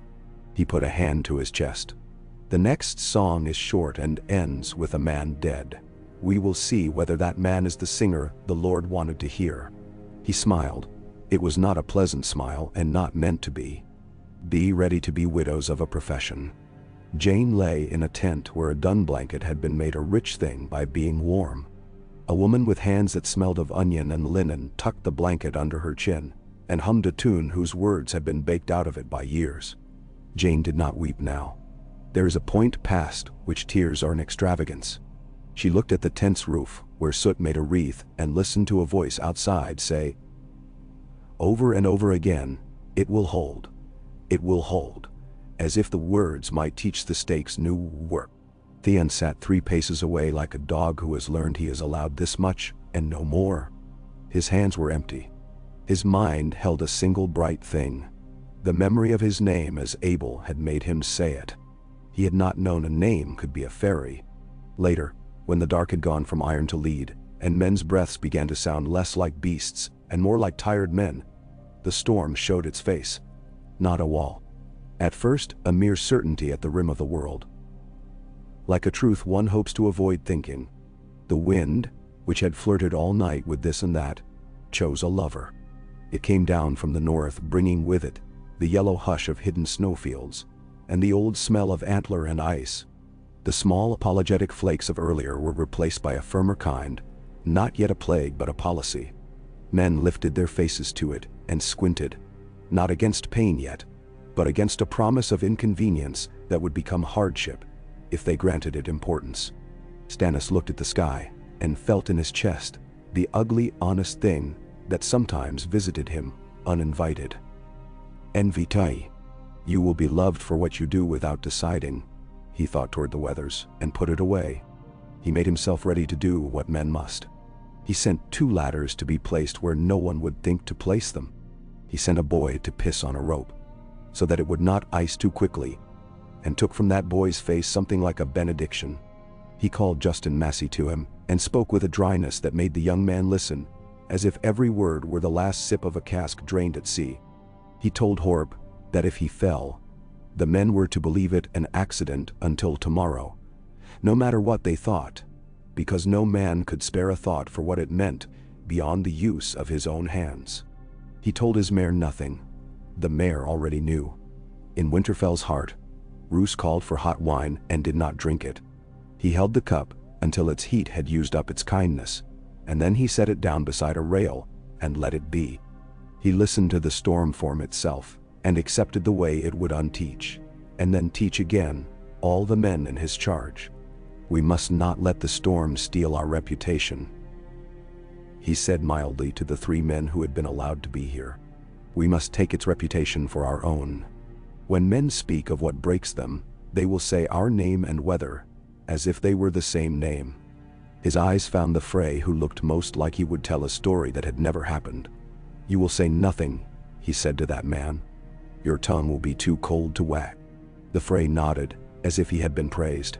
Wyman Manderley went down from the walk at last. He leaned on his cane because the cane liked the attention, not because he did. He found the kitchens again and stood among the ovens like a king among gentle lords. He breathed. He thought of sons and quests and the way that pies keep secrets better than men do. He thought of a river mouth that would be freezing soon, and of boats that would not care. He thought of the face of a girl he had never met, and the fact of her being where she must be. He directed the addition of cinnamon with a motion of his finger and thought, we can set more tables than they can count. Theon slept without falling. Men who have fallen too long learn to sleep as if they have not. In his dream, a rope burned his hands. When he woke and looked at them, the calluses remembered. He turned his head and saw that the blanket around Jane rose and fell in small, stubborn measures. He counted them and stopped when he had counted to 30, because to count farther would make counting a superstition. He lay back on his pallet and closed his eyes. Outside, a voice began a prayer he did not know in words that had been chewed thin over an old fire. The prayer worried at him, and he learned, to his own surprise, that he did not hate it. Morning did not come so much as admit itself. The gray outside the tent learned to dress itself as day. The storm's first true body massed in the northwest with the reluctance of a city council called to vote on an unpopular matter. Once assembled, it would be efficient. Before that assembly reached its conclusion, Stannis moved his men in the spaces weather often leaves, those brief, mean lanes between one brute and another. He did not order a grand assault fit for the songs of lying minstrels. He ordered the thing that makes old soldiers nod: suddenness at a place where men have been trained to be a little less sudden than elsewhere. A small postern door on the south face of the first keep, old iron cunningly unimportant, was taught a new use. The men who went there were few. Asha was in their company. The rope at her wrists cut to a short length that no longer told outside eyes whether she was prisoner or accomplice. The snow changed its mind twice in the span of that hour. Once it went soft and another time it went to needle. Men altered how they breathed without remark. The stone accepted men where before it had not, and the wall, being made of old arrangements of care and pride, was betrayed by care and pride. In a nook that once held a stack of kindling, a new ladder waited that did not look like a ladder because it had been made to look like failure. Asha put her boot to the lowest rung and found that it did not creak. She laughed once, softly, and then went up. A man behind her whispered to a saint. Another behind him whispered to a wife he had buried in a soft place far from here. They were the same whisper. They came up into a corridor where the air remembered spice and smoke and children's chalk. Asha kept low and moved with the certainty of a woman who has boarded ships in weather that would shame this storm. Horp flowed behind her. No sound at all. A piece of his blade was missing from the last hour's work, and he had not noticed. Ahead, a door breathed. That is the way to say it. The door breathed in and out as drafts made it a living thing. Asha put her hand to it. She did not push. She waited to feel its timing, and when its exhalation came, She went with it as a dancer goes with a tune. Beyond, a stair spiraled in an old tower's gut. Voices rose from a far landing. Two men disputing how much bread lay in half a loaf. The dispute had the sound of brothers in it. She paused, lifted two fingers, dropped them, went. They reached the landing, and the men there, the bread accountants, turned with surprise that was not yet fear. One had a loaf in his hand. He had the face of a butcher's son, a good face, full, unused to loss. Horp's sword made a very small sound. The man with the bread put his hands to his neck as if to pull out the metal like a thorn. His eyes were offended. Then they were dead. The other had time enough to begin to ask a question. He died polite, as if offering room. Asha stepped over them and kept moving. There is a part in a woman who has been many things that feels death, the way a ship feels rocks. An insult, a fact, a thing to be added to the chart. She thought of a boy who had called himself king once and had smiled with such idiotic joys. She thought of him not to mourn him, but to remember that men sometimes die in moments that do not deserve a prayer. She set her shoulder to another door, and the door made its noise, and she stopped it with her hip, and entered a passage that smelled of fur and wax, and a burn that had eaten old hair.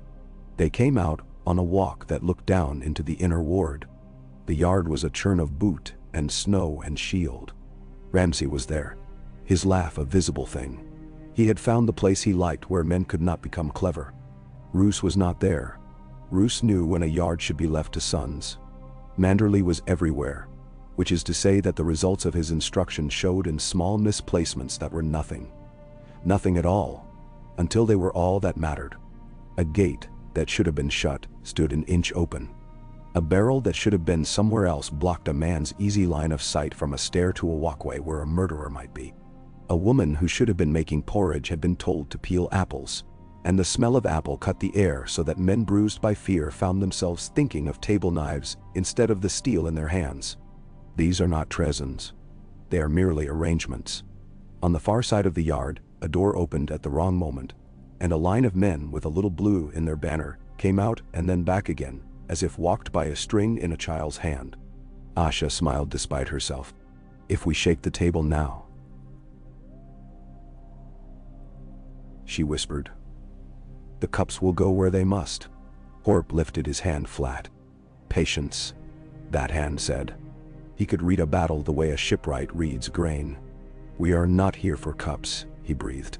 We are here for a key.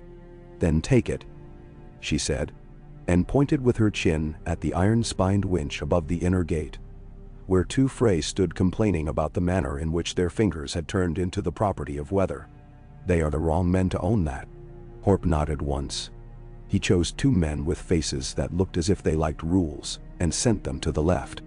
He took Asha with him to the right. They moved under the parapet's shadow until the shadow itself became their work. They flowed up behind the winch house, and were among the ropes before the Freys had finished explaining to one another why doing nothing was better than doing something incorrectly. Horp's sword explained something else.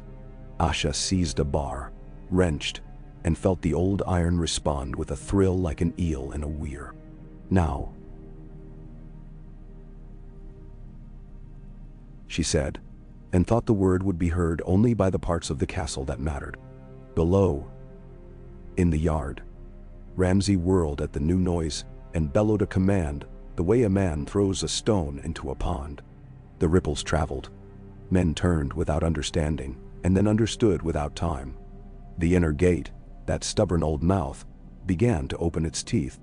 Outside, beyond the outer passage where Stannis had shoved men like wedges into the timber's morals, a horn took the air and snapped it, and a small, mean cheer rose, not for glory, but for work. The snow chose that moment to thicken, perhaps out of mischief, perhaps from the pure necessity of its own will. Roose heard the winch. He did not move faster.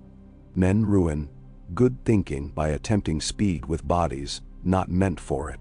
He spoke instead, and his voice connected two places where men had been instructed to listen to him, even when they could not hear him.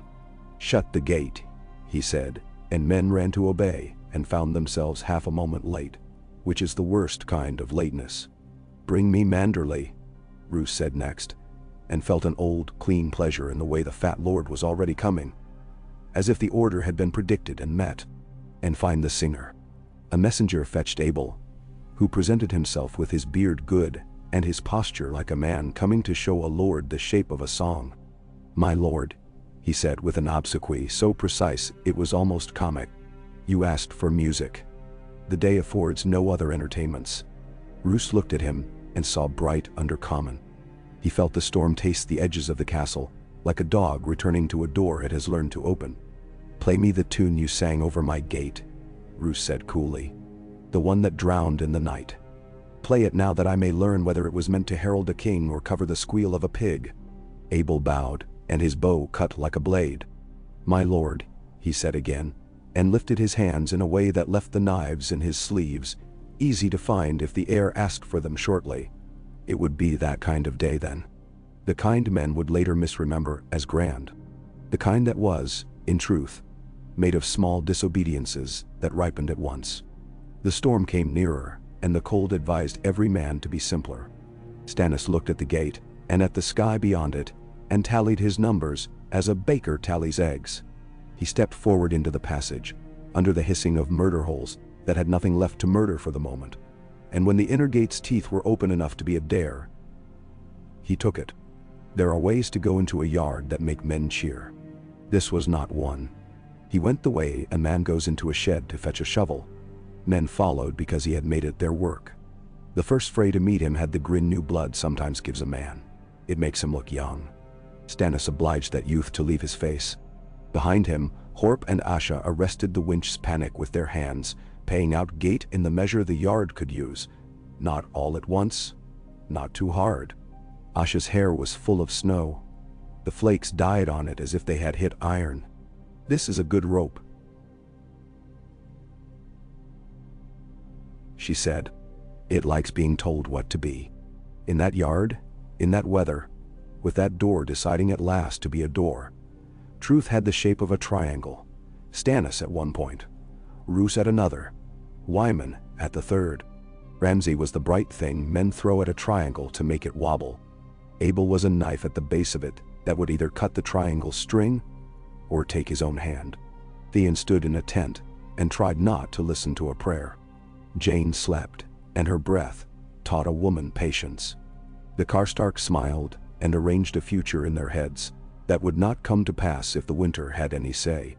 The storm arrived with the dignity of old theft. And still, for the span of 3 breaths, it was men who did the work. They do so sometimes. They make themselves matter for brief, bright, awful minutes. They move wood with iron, and iron with hands, and doors with rope, and names with their tongues, and the great dead stone of a castle with their small living bodies. Those bodies go on being themselves even when broken. They draw new breath when wisdom says they cannot. They die in clean, dull ways. They keep promises that tasted like lies when given. They lay their heads down where a king has asked and lift them up when a lord has laughed. They choose what to betray, once only. And in that choosing, they often think themselves kind. Snow closed the space between men's faces like a veil. The yard's far edges became guesses. Stannis took one more step, and then a second. He saw Ramsay's teeth in a grin that would not tire. He saw Roose's eyes, flat as winter lakes. He saw Wyman's fist upon his cane, a bishop's hand upon a scepter, and he realized with the clean recognition that sometimes comes to him that he had not brought the storm to Winterfell. He had only been early enough to arrive before it. The difference was everything. He placed his sword, which had cost him no favors, where it would matter most. He said nothing. There was nothing to say that would not be improved by finishing it. The gate finished opening. The yard accepted new men. The storm walked into the same space as kings, uninvited, as storms do. The rest of the work belonged to the minutes that would follow. Long minutes, thick with small decisions. Those minutes have their own slow tyrannies. They take room from speech, and they give it to the hands. And it was in the hands, chapped, bleeding, dutiful, that the day would belong or not belong to any man who dared claim it. I shall. Jason. The snow came sidelong, blown by a wind that had learned its trade in places where no man had ever stood. It entered the yard as if invited, took seats upon helms and shoulders, made white collars upon black hair, and when a man brushed it away, the gesture seemed fussy and small. Men who had shouted a moment before grew quieter beneath it. Men who had been certain found their certainties rearranged like cups on a board. Someone had jostled. Stannis moved as if the weather were a change in counsel and not a thing meant to be felt. He advanced 2 paces, and then the pace between them, his sword low, his shoulders square, a man negotiating with space. The first Frey who put courage in front of sense came on with a cry that was meant to be a standard. Stannis took him at the collar and turned him with a short, hard motion into his fellow's thrust. The sound that followed was strangely polite, like a cork set back into a bottle. Stannis did not look down. He stepped through the space he had made and found a second man thinking about whether to be brave. He spared him the effort. Behind him, the shield roof creaked. A small, suffering animal shouldering forward. Timbers bowing under the weight of snow and the work of men's backs. Horp's voice went along the timber lines, not loud, but men made space for it. Left and right and left and right, he said, the words steady as oars. Spear up on the 3rd stone. Bring him down on the 5th. There. The rhythm traveled in the blood quicker than thought could. Men obeyed because it was easier than invention. On the walk above the inner gate, Asha had her hands in the ropes as if they were rigging on a good day, and the wind was kind enough to tell you which way to lean. The wheel squealed its protest in the special language iron uses for old wrongs. She grinned into the sting of the snow, the expression a show of teeth without mirth. "Come on," she said to the rope in the tone sailors keep for hard-headed anchors. "Up with you. Down with it. Be what you are." Horp's palm was alongside hers, the skin ground to grain by habit, and she sensed in him not zeal but that rarer thing, attention. 2 of Stannis' men braced the pawls with pieces of plank scavenged from a long-ago repair. The gate's teeth climbed and then stuck, and then with a patient cruelty, they yielded another inch. Ramsay's laugh skimmed across the yard. High and bright. A child's delight at a cruelty told well. He moved with a skater's assurance even as the snow took away edges, ducking under a clumsy blow with a contempt that was practiced, and therefore pure. The man who had thrown it found his throat recategorized. "My turn," Ramsay said to no one at all. "My turn always." Men flowed at his gestures, because they had learned to survive by anticipating the next flaying and standing somewhere else when it fell. The storm slicked his hair and it slicked his grin, and he liked the way it made him feel dangerous to himself. Roose did not come into the yard. He watched from a set-back gallery with a slit's view, where draft and noise and arrow could not easily argue with him. In the half-light, his eyes were coins on a cool table. He was not shy of weather. He was an accountant of chances, and the snow was column and counter both. He encountered it as one encounters a new tax. "It will teach them to make short prayers," he observed to no one and to Manderley all at once. Wyman Manderley, who had not so much withdrawn as gone at an angle, stood at a lower mouth to the same yard, ostensibly to direct men with spare shields and the remnant of a cart. His cane tamped snow that did not want tamping. He looked where a lord looks and saw what a cook sees. There, where the men with Ramsay's knives had mislaid a coil of rope, there, where the hoard door had its cleats left proud by a lazy carpenter, there, where apple peelings in the slops made the stones underfoot more treacherous than snow could. He felt, in his fat belly, the certainty that had accompanied him since the day his son had not come back from a wedding. The slow, patient assurance that kitchens could kill princes if one husbanded them properly. He let his eyes pass over the winch house without saying, "Well done," aloud. Praise is a spice best reserved to saints and children. Theon stood beneath a tent fly propped with a spear haft and watched the curtain of weather drawn across the castle's lines. He felt as if he should be smaller to look. Jane slept with the steadiness of someone who had chosen sleep as the only thing left to do. The woman attending her, square hands, a voice that soothed even when it commanded, lifted the girl's head once to let her drink and did not spill a drop. Theon had always liked competence and had almost never possessed it. He felt unfamiliar gratitude to witness it. He looked back to the yard because every beat of it seemed to be happening in him. The horn went once. He found himself answering with his breath. The herald's stick lay propped inside the tent. Its hastily daubed stag made a credible creature now that the rough paint had dried. Devon Seaworth came and went with straps and a litter board, serious as a clerk. "If she wakes, tell her the king sent," Devon told the woman, shy under his hood. The woman nodded. Her hands did not stop their work. Devon hesitated a heartbeat, then ducked back out into the alive cold. Theon watched the tent flap lift and fall and thought, "The boy is in love with duty. He will become what his father is, and the world will punish him for it, and he will not complain any more than the old one ever did." At the outer ramp, Justin Massey had found a pocket where the angle of wall and ice met in a sour marriage. He put men there with spears and told them not to move until the weight of the yard's argument drew to them. Then they would move sideways, not forward, into the ribs of such men as came too lustily on. "Patience," he told a lad whose breath smoked eagerly. "Let them overreach. The cold has a sting in it. Feel it? Their faces itch. Their hands want to move more than their brains do. Wait for that moment when a man scratches at his cheek and show him he has no cheek left." The boy grimaced without the humor the words had offered and nodded. "You hungry?" Justin asked. The boy gave a miserable half-smile. "Good," Justin said. "Hunger makes slow hands quick. Eat after." Queen's men bellowed praise to a god whose fires were, in this place, all under stone. Their cries rang oddly against the steaming moat, and the snow subdued them within arm's length. They were brave, many of them, and wholly convinced of their explanations for what men suffer. One of them fumbled a jar with a coal within. Another caught it with 2 hands and burned one palm clean and said, "Thank you," to something that did not answer. They were the best and the worst kind of men to have in a fight. Those who had laced themselves to a meaning so tight it could become a noose in a breath. A horn went on the parapet above the inner gate, thin and indignant. Manderley's head tilted. Up there, where a crooked banner had hung, there was a sudden commotion like bees thrown into a cold trough. Asha, in the winch house, had put her boot into the ribs of the lean man trying to pull a pawl too soon.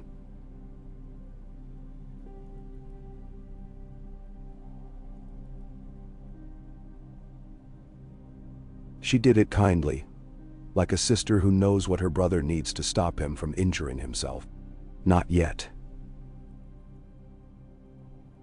she said between teeth. "Let it take its own slack, and then hold." Hold. She felt the wood go to trembling, and then find a groove older than any of them, and settle there. Now.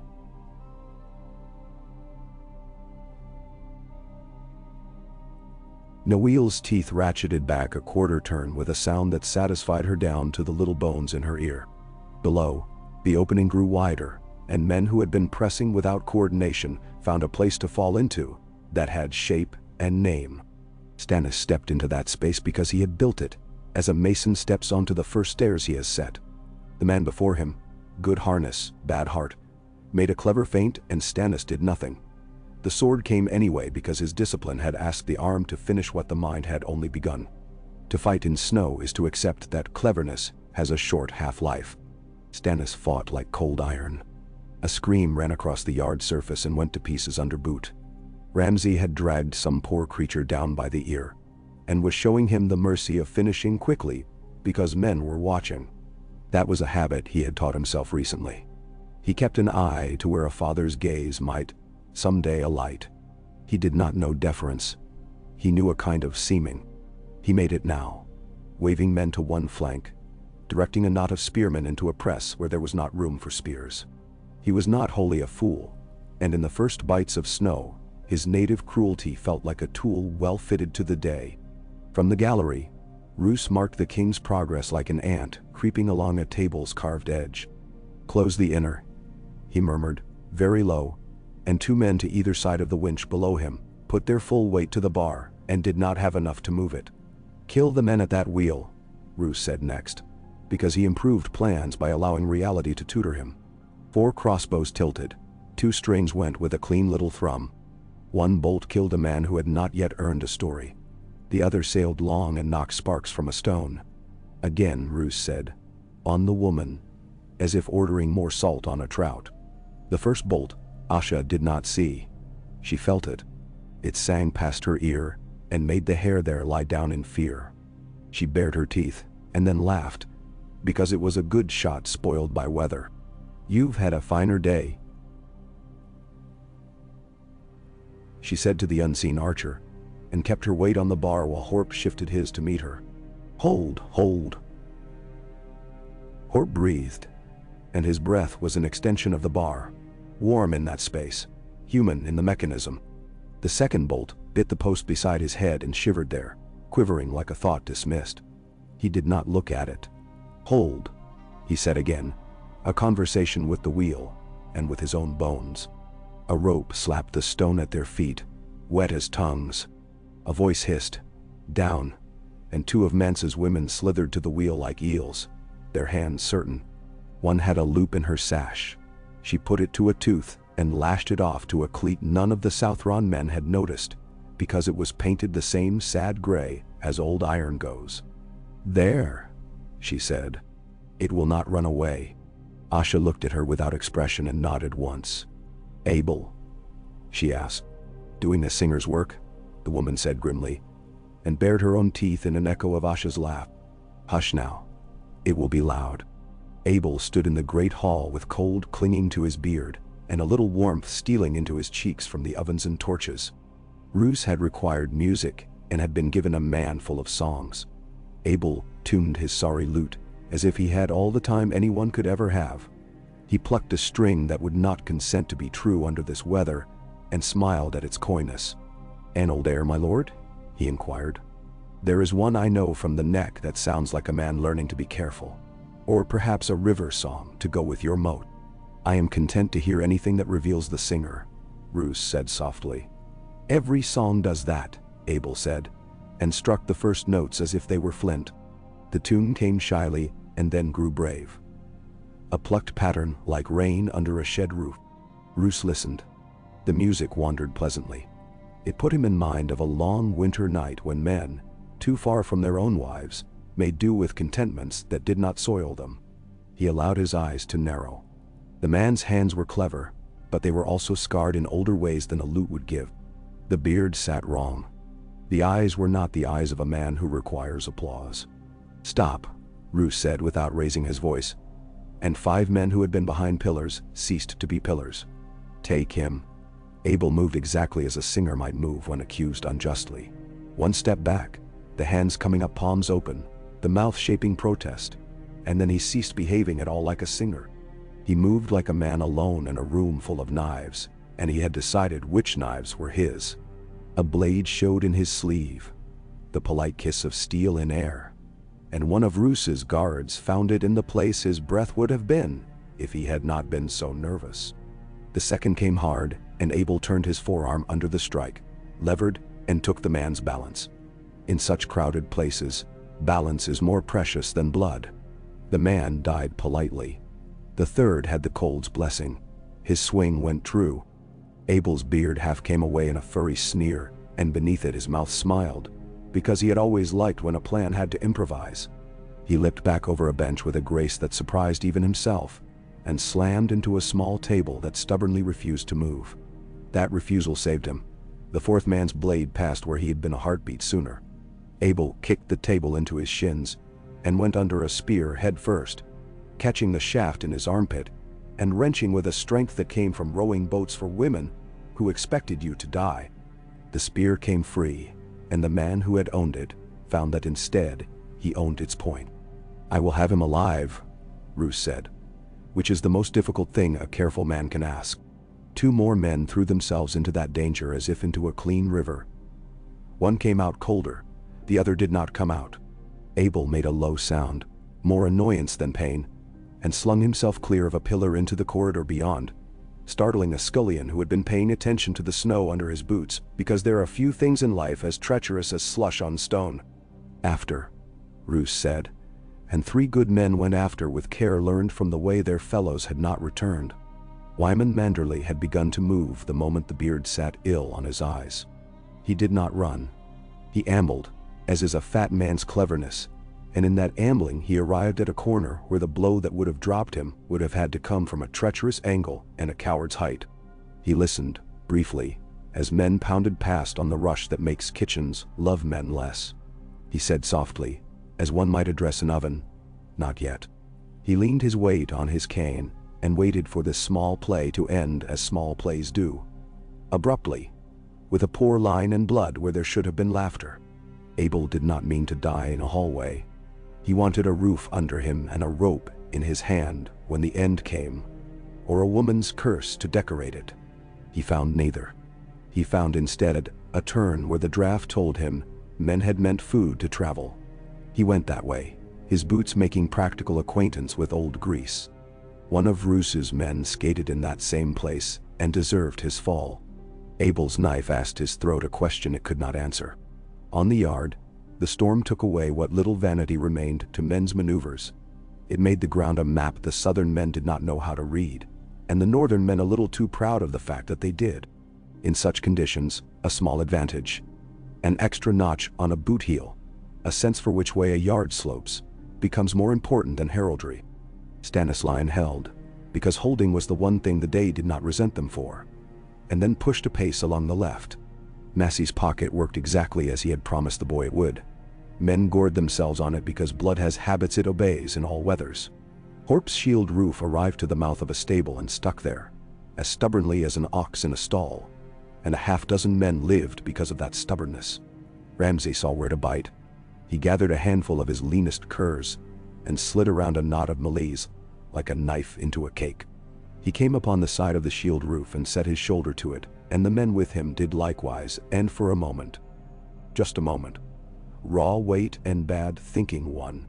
The roof buckled, and the shield at its head tumbled, and the man under it lost his nose to a boot, because men are savage when the smallest things are denied them. Ramsay whooped, high and eager, and in that whoop a spear came from the side in a flat, practical motion, and took his left arm in the meat where it is least poetic. He stared at the wood in his limb, with the astonishment of a man who has just discovered he can be injured. Then he laughed again, and the laugh sounded better this time, more dangerous because it had touched pain and found it delicious. "Father," he called up to the gallery. A boy after all, showing off his blood, and his grin shone. And he did not notice the way the men nearest him had looked at that grin and discovered they were tired of it. Roose did not flinch. He allowed one finger to smooth the fur at his collar in a motion that could have been winter or displeasure. He watched the king, and the weather, and the men who mattered. Wyman's absence from the parapet did not worry him. Fat men go where food is smart. The wheel's stuttering did not worry him.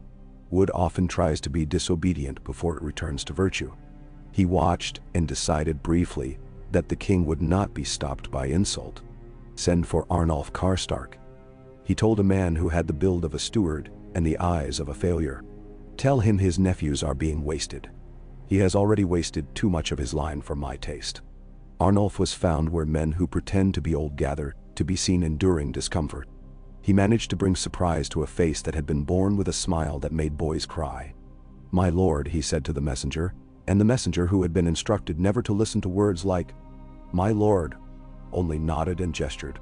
Arnulf went with him at a pace that could not be mocked if anyone watched, which, in a castle, is always.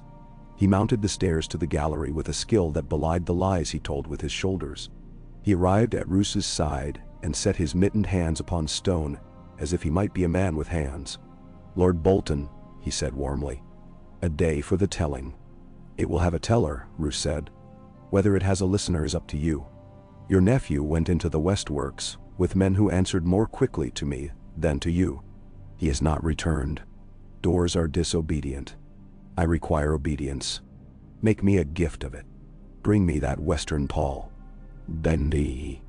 Arnulf's eyes twinkled in a manner he had perfected in a glass years ago, and deployed now like a blade. "I would bring you the whole north if I could fit it under my arm," he crooned. "But I will fetch the pall, and if I find a hand clinging to it, I will bring that too." He thumped his own chest as if there were a heart in there, and turned away before Roose could tire of the performance and indict it. He had not taken 3 steps when he encountered a man coming in by the north stair. A man with eyes reddened by wind, and a nose that had long ago decided it was more honest than any other part of him. The man put a message in Arnulf's hand as if handing a child to a midwife. Arnulf read it upside down and then turned it the right way up, because sometimes that is enough to fool a careful watcher. Massey, it began. And then the rest of it was a list of Frey names accompanied by the good news of their presence in Stannis' custody. Arnulf smiled until his cheeks hurt, and then smoothed his face. He folded the paper as if it were a blanket on a dying man's bed. He thought of where to put this information, so that it would do the most harm to the most men. He chose. He did not go to the Westworks. He went to find his grandsons first. Men had told him you do not call a hound off a boar to count your coins. Those men had been poor. In Stannis' camp, the Queen's men had assembled around a shallow brazier, where 3 miserable coals debated whether to go on. A red-robed man with a beard like a broom stood with both palms extended above the cold light, as if to make a miracle out of a poor fire. "Lord of Light," he began, and a snowflake landed in his eye and made him blink as if a god had flicked him on the forehead. No one laughed. A woman carrying warm water for Jean did not slow when she passed. The steam formed a brief halo around the priest's hands and then died. Theon found his legs and went to where men were stacking bundles of straw for a makeshift barricade against a wind that did not respect their labor. He reached for an armful, and a man jerked away, then recognized him as the stupid one Abel had blessed and nodded once. "Put those there," the man said, and did not say Reek nor Greyjoy, which felt like a reprieve and like a loss. Theon put the straw where he was told, and found comfort in the unambitious nature of straw.ja. He looked over his shoulder toward the inner gate, drawn like a moth to the place where snow made breath visible and death domestic. He had not meant to do any of the things he had done. He was doing this now, and it was, perhaps, something that would not require apology. He found he wanted to live until the end of the day in order to see if that could be true. In the yard, Stannis found himself against a man who had learned to use a shield as a weapon instead of a wall. The blows were citations rather than arguments, and Stannis parried with small economical motions that would have bored a man who loved swordplay for its theater. Snow thickened between them. The man lunged. Stannis stepped to a place the man's foot had not expected to be slippery, and the man's life converted into another man's footing. It is unpleasant how often this is the case. "Your Grace," Horp said, suddenly at his shoulder, gray with snow and the calm of function. "The wheel holds. The men at the winch are safe for the moment. Manderley's men have opinions about gates that may align with ours for another hour." He did not smile. His mouth was busy with cold. "Ramsay bites at the flank and laughs. He laughs better than he fights. Laughter is a small god," Stannis said. "It accepts poor sacrifices." He pointed with his sword. 3 brisk gestures, and men understood and slid to obey as easily as water conforms to a channel. The king did not shout. He hissed. "Massey," he called, and Justin came like a man who has been waiting to hear his name confirmed. "Hold here and give nothing. When they make a show there." He tipped his blade toward a gap where a barrel blocked the line. "Disappoint them. Horp with me." Asha felt joy, sharp and unmusical, when the gate at last ceased its dithering and stood open to the height of a tall man. There was something obscene about a door that would not choose. This, then, was at least a choice. "That's enough."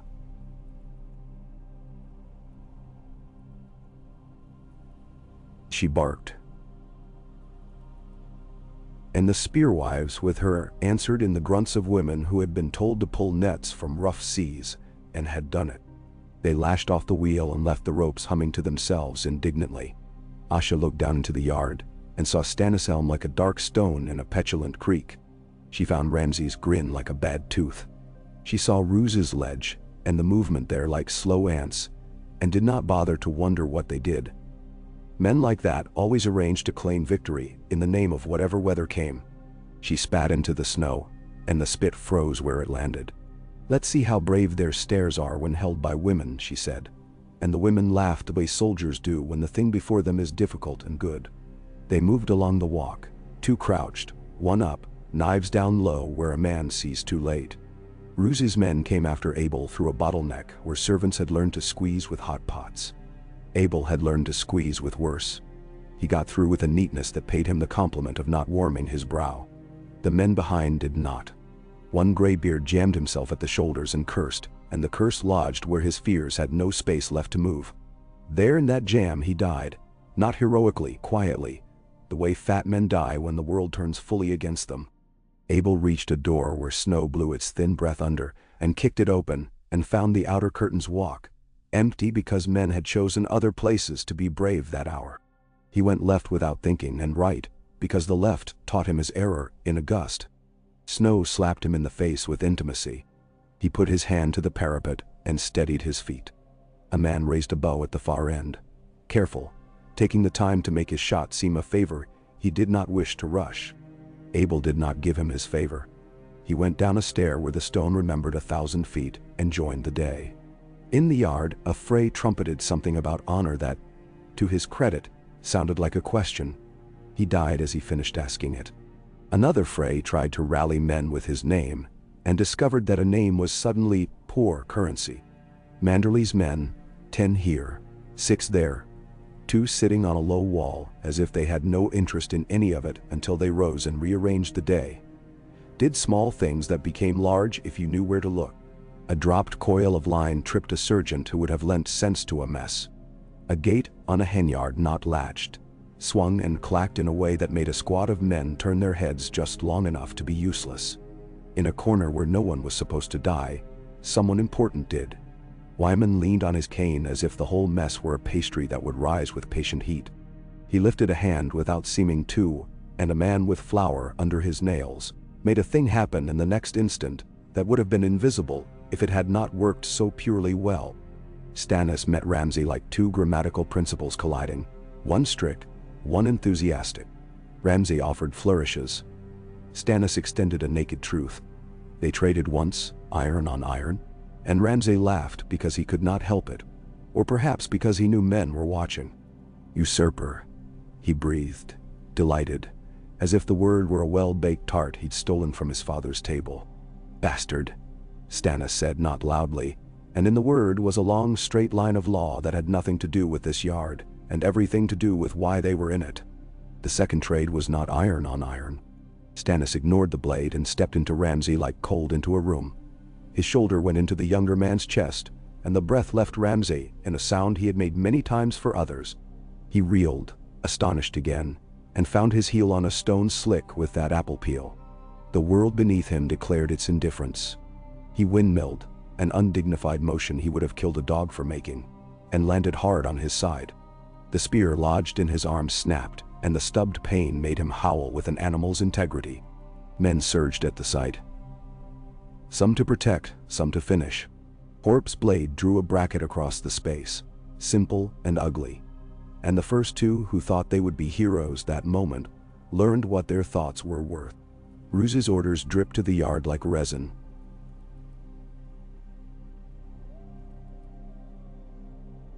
Slow and exact. Hold. Do not crowd him. Let him stand. Men who cannot stand are gifts. Do not damage them by clutching. The phrase did not obey. Their nature fought the language of patience. Manderley's men did not obey either. They obeyed Manderley. Stannis did not care. He stepped toward the man on the ground, and then did not take the last step. A little scurry at his right touched his attention. He turned his blade into it and stopped a dagger that had been intended for his ribs. The dagger sang away, and its singer went with it, flinging curses like coins in a temple. Ramsay got his knees under him and came up like a seal on a rock, slippery, scowling. His laugh turned acid. Again, he hissed, because he could say nothing else without learning something about his own heart. Not yet, Stannis said, and left him there. He moved where the line needed him. A man who exalts his own duel in a yard like this invites weather to take his cloak and friend, to take his place in a story. Stannis had not come for that. Snow thickened its policy. It began to fall in proper sheets, heavy as wet cloth, the kind of snow that persuades men to admit they have fingers. Sound changed under it. The yard's din went woolen. Arrows faltered, Their parabolas shortened. Torches sputtered and smoked, offering more scent than sight. Men's cheeks grew raw in perfect circles where helms ended, and scarves had undone themselves while their owners were brave. Breath hung about mouths like speech that had forgotten consonants.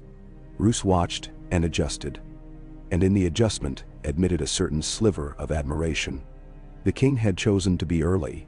He had extracted the one virtue such a choice afforded. Within that virtue, he displayed an ungenerous cunning. Roose liked ungenerous cunning. He kept his men from throwing themselves all in at once, because he had seen what waits for men who do that. He fed them instead in strings and beads. Here 5, there 8, always from 2 directions, never from 3 where they would get tangled and make knots beyond cutting. The rope conjured the same scene. It hummed on the winch, insistent, the teeth sure of themselves now. It was not an elegant yard. It was a yard taught a lesson by breath and ice. Arnulf Karstark's grandsons found him under a hoarding. Faces bright with the intoxication of seeing men they disliked die in mouthfuls. He put hands like old roots on their shoulders and squeezed as if to deliver some ancient wisdom through skin. "Change your colors," he told them, jovial as any doting elder. A Karstark, whose cloak reads weather poorly, becomes a Stark without a castle. They laughed with him. Not at the words, for they did not understand them, but at the way he said them. But they did change their armorings for ones with a smaller sunburst, duller, easily mistaken in a storm for something else. He admired their obedience the way a butcher admires a calf who follows easily into the yard. "Now," he said, "we go to show loyalty to Lord Bolton for as long as it makes him think of summer." And then, he did not finish the sentence, for finishing is what fools do when they speak of future triumphs. Outside the walls, the litter began to move.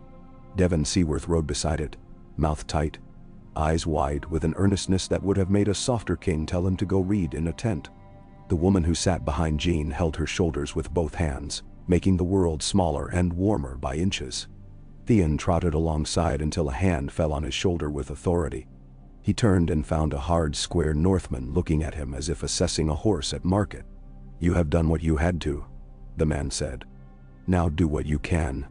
That is muck moving, not heroes' work. Heroes die with the first snow in their mouths." Theon believed him and went back to the straw and the spears without resentment. He did not want heroes' work. He wanted the name Jane to stay true in his mouth until night. On the gallery, a messenger slipped, recovered, and delivered words to Roose that he had not wanted yet.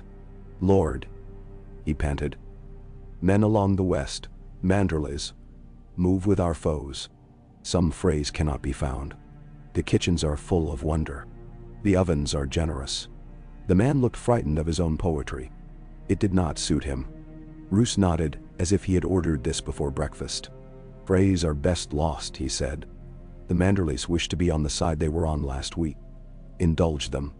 They will move again next week, if permitted to live that long. Send men to close the kitchens and take the pies for my table. That will show the fat lord I am not a man to be played with over food." He had many small plans for Wyman. Most were slow. He liked slow when he could get it. Abel found himself in the west yard and discovered it full of all the wrong people. He slid under a horse's rump, and the horse made its opinion known in a kick that would have ended a smaller man. Abel was a large man when he needed to be.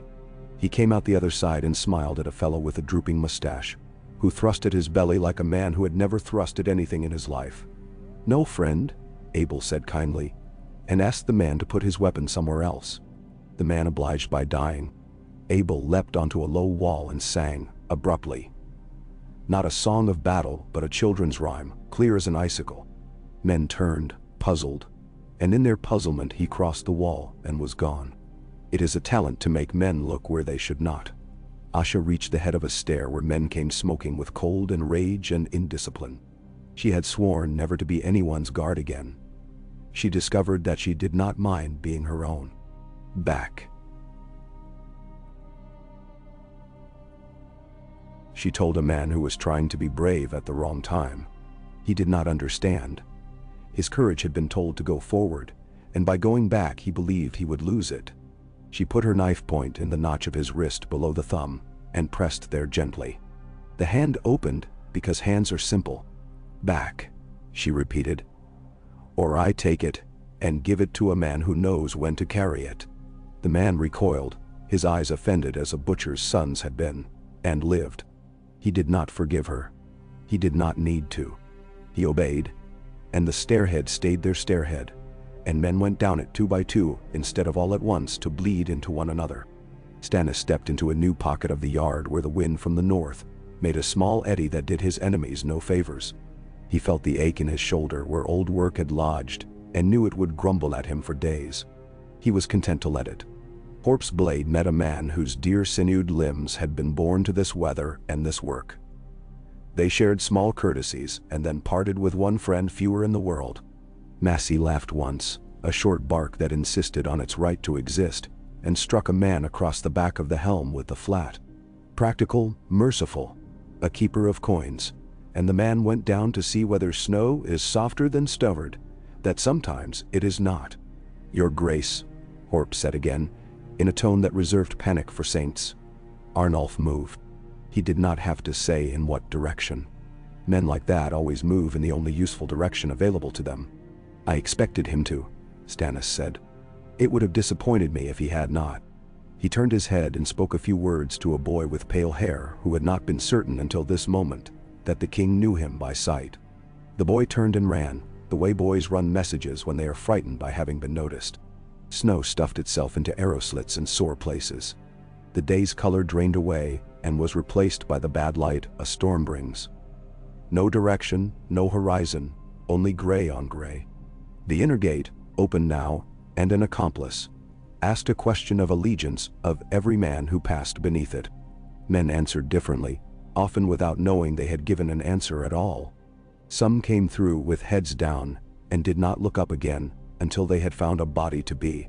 Some came through with eyes wide to see the king, and did not see him because he had gone to be where he was needed 3 heartbeats earlier. Ramsay came through with a curse for the snow and a promise for himself, neither of which weather honored. Wyman Manderley found himself at last in the great hall, where the air had the stale bakery heat of too many men in too few clothes with the wrong kind of fire. He went to the high table with his cane clicking like a small metronome. He put both hands upon the top, as though it were a rail on a ship, and looked at the spread of poor food laid out to comfort men with more appetite than taste. A pie sat there, steaming, its crust pocked and glossy, with a little flag on a stick, a fray impudence that some kitchen wit had planted. Wyman plucked the flag and smiled at it. "How festive," he murmured, and the undercook to his left swallowed and saw the room wobble around the lord's soft face. "Tell me," Wyman said, as if inquiring after a favored aunt, "who dressed my table?" The undercook named a man who was not there. "Find me a different man," Wyman said, "and bring me a knife." His voice was gentle as spare flour. Roose had not ordered the kitchen closed yet, and that was perhaps the day's first error he would admit privately. A runner came with that order while Wyman was sharpening his smile on a slice of quiet. The runner took in the scene. The fat lord, the knife, the steam, the small flag in that lord's paw, and made a choice that would be important to exactly one priest in the future who would one day counsel him on both his sins and his good luck. "My lord," the runner said, "Lord Bolton requires the kitchens to be shut and the pies seized for his table."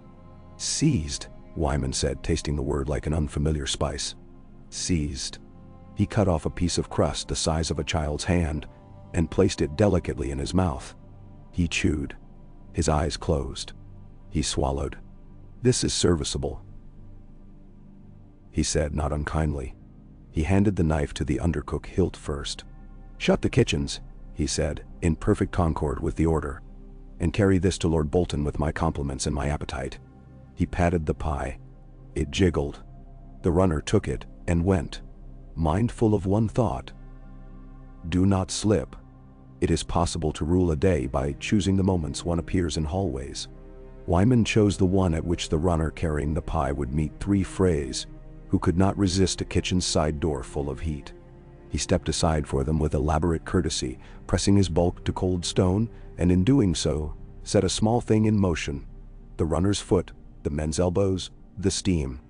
The pie left the runner at the angle heaven gives such objects in a moral world, and fell on the sleeves of the very Frey who had called Wyman fat to his face at supper the night before, as if that were not a description, but a rebuke. The man yelped, a not unmanly sound, and the heat reached the tender skin at his wrist. The undercook, knife in hand, sprang forward out of honest instinct to rescue the pie, and in doing so revealed more to the Frey's eye than the undercook's apron could conceal. A smear of something under nail that did not look like sausage. The Frey went white, then red, then a color like bad ash. He might have shouted. He might have made a story of it, a battering ram for this hour and the next. He did not have time. A hand emerged from behind Wyman's shoulder, a baker's, with flour immortalized in its creases, and clapped the Frey's mouth shut not ungently. "Hush now," the baker said. "Lord Manderley is talking to the kitchens." Wyman walked on. He smiled into the air. It accepted his courtesy and returned nothing. On the yard, Roos's messenger with pie arrived with cheeks stinging and eyes streaming and hands burning, and placed his lord's inheritance upon a trestle beneath the gallery. Roos regarded it the way one regards a child that has come in with bad news and a bleeding knee. He did not touch it. He did not intend to eat today. He had put nothing into his body but carefulness, since the hour had begun, and carefulness had done very well by him. He turned his head to watch the king again, and the pie took the opportunity to sink very slightly under its own steam, making a quiet bub of sound. No one heard it over the weather. The day rolled forward the way a wheel rolls over ruts it has learned to expect. Notch, lurch, smooth for a breath, notch. The snow took away half the yard, and then 3/4 of it. Men fought inside a white room with invisible walls. The sound of iron had become muffled as if the world wanted it quieter. Stannis' arm was led from elbow to wrist, and he ignored it the way a good scribe ignores a cramped finger at the 7th hour. He knew how long the men around him would last. He knew which captains needed a look, and which needed to be left alone because the look would break them.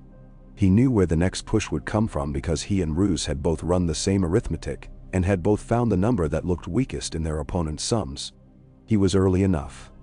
That remained the only advantage that had not been stolen from him by weather, treachery, God, or boredom. Asha and the spearwives slid from the west walk to the inner passage like women negotiating a crowd at market. Knives talk in close places. They spoke now in short, quiet sentences. Asha did not indulge herself by counting the words. She only noted that she had begun to sweat under her hair, and that the sweat turned to ice in the air around her face. She noted that the last man whose breath she had taken had smelled of lamp oil and fear. She noted that the rope on her wrists no longer told anyone anything. She felt alive in a way that had no glamour. If they lived through the day, she would steal a horse and 2 skins and find a road west, even if it had to be invented. If they did not, then this had been better work than most of what had filled her in the last year. Abel appeared at her elbow without having been invited, beard askew, blood spattering it in a pattern that told a cook more than it told a priest. "You like ropes," he panted, amused and exhausted. "I like doors," she said. "You like songs." "I like girls who become what doors ask of them," he said. And his grin was not kind and not cruel. The boy found the king. That helps even more than doors. "We need to go down," she said. "We need to leave," he said. "We need to go down before we leave," she said. And he shrugged, because this was true, and because there is joy in doing the wrong thing well. Ramsay had got his feet under him enough to keep his mouth working. He killed 3 in as many breaths, and felt the soreness in his arm as a lover feels a new scratch. Fond of it, proud of it, desirous of more. He saw the king again and wanted to go to him like a hound to a stag. But men were in the way, and weather insisted on a different prey. He contented himself by finding a man with a poor shield and making him a story he would have told to a girl later if the day had allowed a later. The man dropped, quiet and shocked. And Ramsay made himself smile, not because he felt like smiling, but because people believed better of him when he smiled. He moved toward the king again and found his father's gaze on him like a strap across a back. Warning. He changed direction the way a trained thing does and told himself he had chosen it. Roose lifted 2 fingers in the direction of the west works, and a pair of men with the hoods of tradesmen moved to do as those fingers asked. He lifted 2 fingers in the direction of Manderley's last known location, and a pair of different men went at a walk. He lifted 2 fingers to his own throat and felt the pulse there, steady and mean, the way he liked it. He watched the storm and permitted himself one thought above the rest. The king is a good thing done at the wrong time. Stannis closed a circle and discovered himself back where the gate's teeth had been raised to their maximum, and held there with rope and will. It pleased him. He likes when devices do their work. He looked up. Once, just enough to see a woman with ink-black hair set her shoulder to a bar, and smile a cruel little smile, as if reminding the world that she preferred ships. He looked down again because the world had earned that. Horp had picked up a second blade and was proving a principle that men forget. 2 inferior tools used in concert ruin a better tool used badly. Massey called for wedges, men not wood, and got them. Men talk of wedges as if they must be timber. They are almost always bone. The storm began to win. That is its nature. It does not argue or convince. It simply continues until it is the only conversation left. A horn tried to be heard and was not. A banner tried to be seen and could not. A prayer tried to be understood and became a steam. Roose took a step back from the slit with the carefulness of a man who knows slits, and that enabled the arrow that came a breath later to cut the fur of his collar and no more.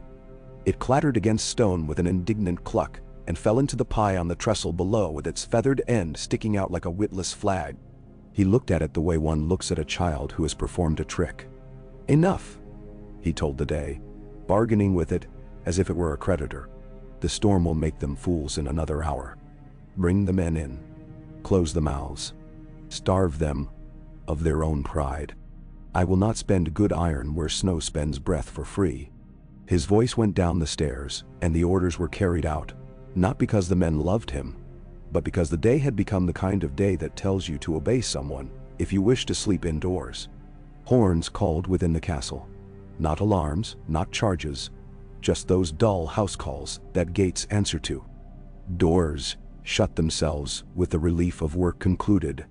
The winch wheel groaned as Asha and the spearwives fought it.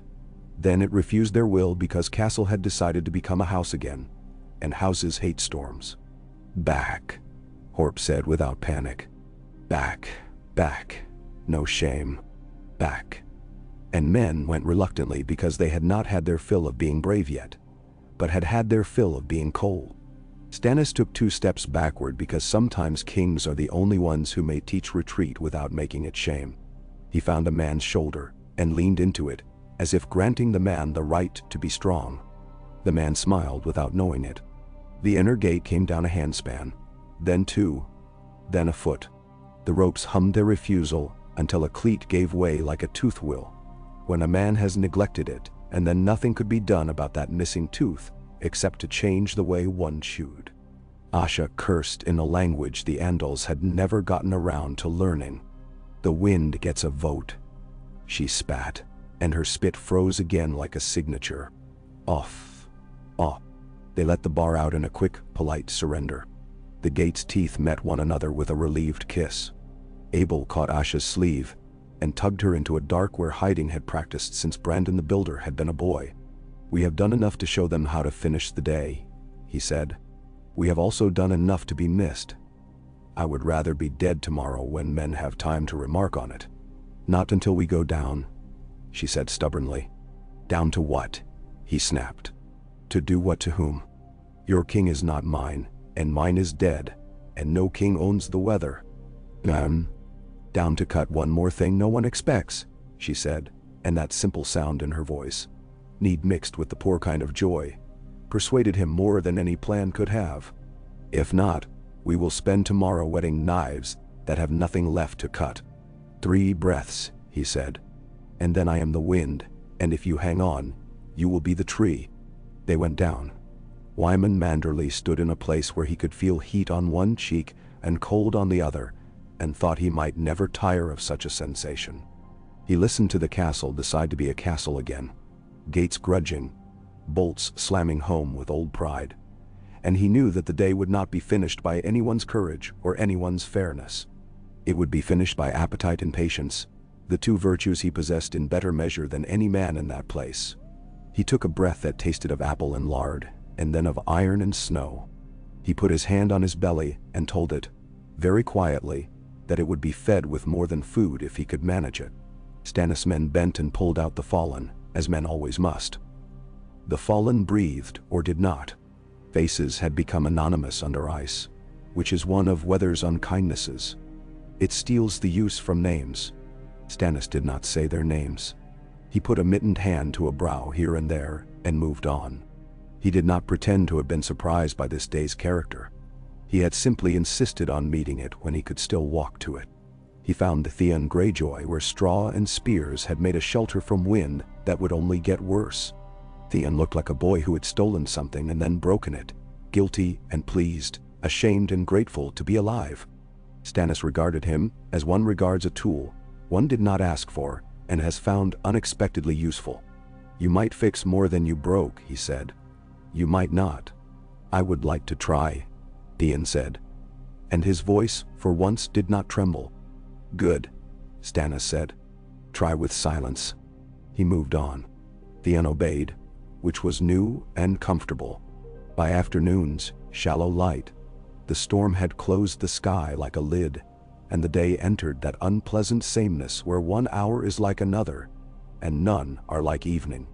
Men measure such hours by cups. There were too few cups. They measured them by small victories, the retrieval of a man whose toes still had heat, the discovery of a frozen loaf in a sack that yielded to a knife without splintering teeth, the kindness of a horse that would accept a new rider without a bite. They measured them by rumors, as men do. Arnulf had gone to Stannis. Arnulf had stabbed a Frey. Arnulf had fallen from the wall while pissing and died grateful. Manderley had served Bolton funeral pies. Manderley had been seized. Manderley was gone. Abel had died under 3, under 5, under no men at all, and was singing in the stables for the horse spirits. None of these things were true yet. All of them would be true to someone by night. As the light went from brassy to pewter, Roose sent a small party under the southern postern. A dozen men who would not try to be more than a dozen, to worry Stannis' flank and learn whether the king had sense enough to make his own camp a castle. He did. They came back 3 fewer, and their leader had a good slice across his jaw that would give him a handsomer mouth if he lived. "He is patient," the man reported. "He is mean with it." "Good," Roose said. "That means he will be here when the storm has taught him new manners." He sat and let someone take his boots off. The day's only extravagance. And allowed his thoughts to move ahead to the letter he would write to King's Landing if this day did not kill him. He would pitch it at exactly the pitch that seemed most like flattery, and was actually instruction. He would mention pies only once. On the west, Asha found what she had wanted to find. She and Abel stood in a steam-warmed chamber under the baths where the castle's water had always done the work most castles require of stones. Pipes groaned like old men thinking about standing. Asha put her hand to one and felt its heat with delight. Abel grinned. "Break this," he said, "and tomorrow the walls will wish to be lake." Asha nodded, practical as rope. "We cannot break it today without making a noise that will invite good men to do their work well," Abel cautioned. "Tomorrow, when the storm speaks loudly, we can speak under it." He mapped the room with his eyes, as one maps a woman when he loves her and intends to do wicked and generous things. Bring 3 men who do not trip on their own feet, and one who knows which end of a hammer is dangerous. We will be River's friends. "Done," Asha said. "Then we leave." "Then we leave," he agreed, and this time he meant it. They went back up into a building that had decided to be house again, and made themselves smaller, as mice do when cats are in the walls. Dusk was not distinct from afternoon in such weather. Men noticed it only when their fingers lost their last argument with buckles and belts, and needed help from other men. The yard lay quiet by comparison to the news din, with small savage pockets where men who had put pride above instruction refused to stop having the fight they believed the day owed them.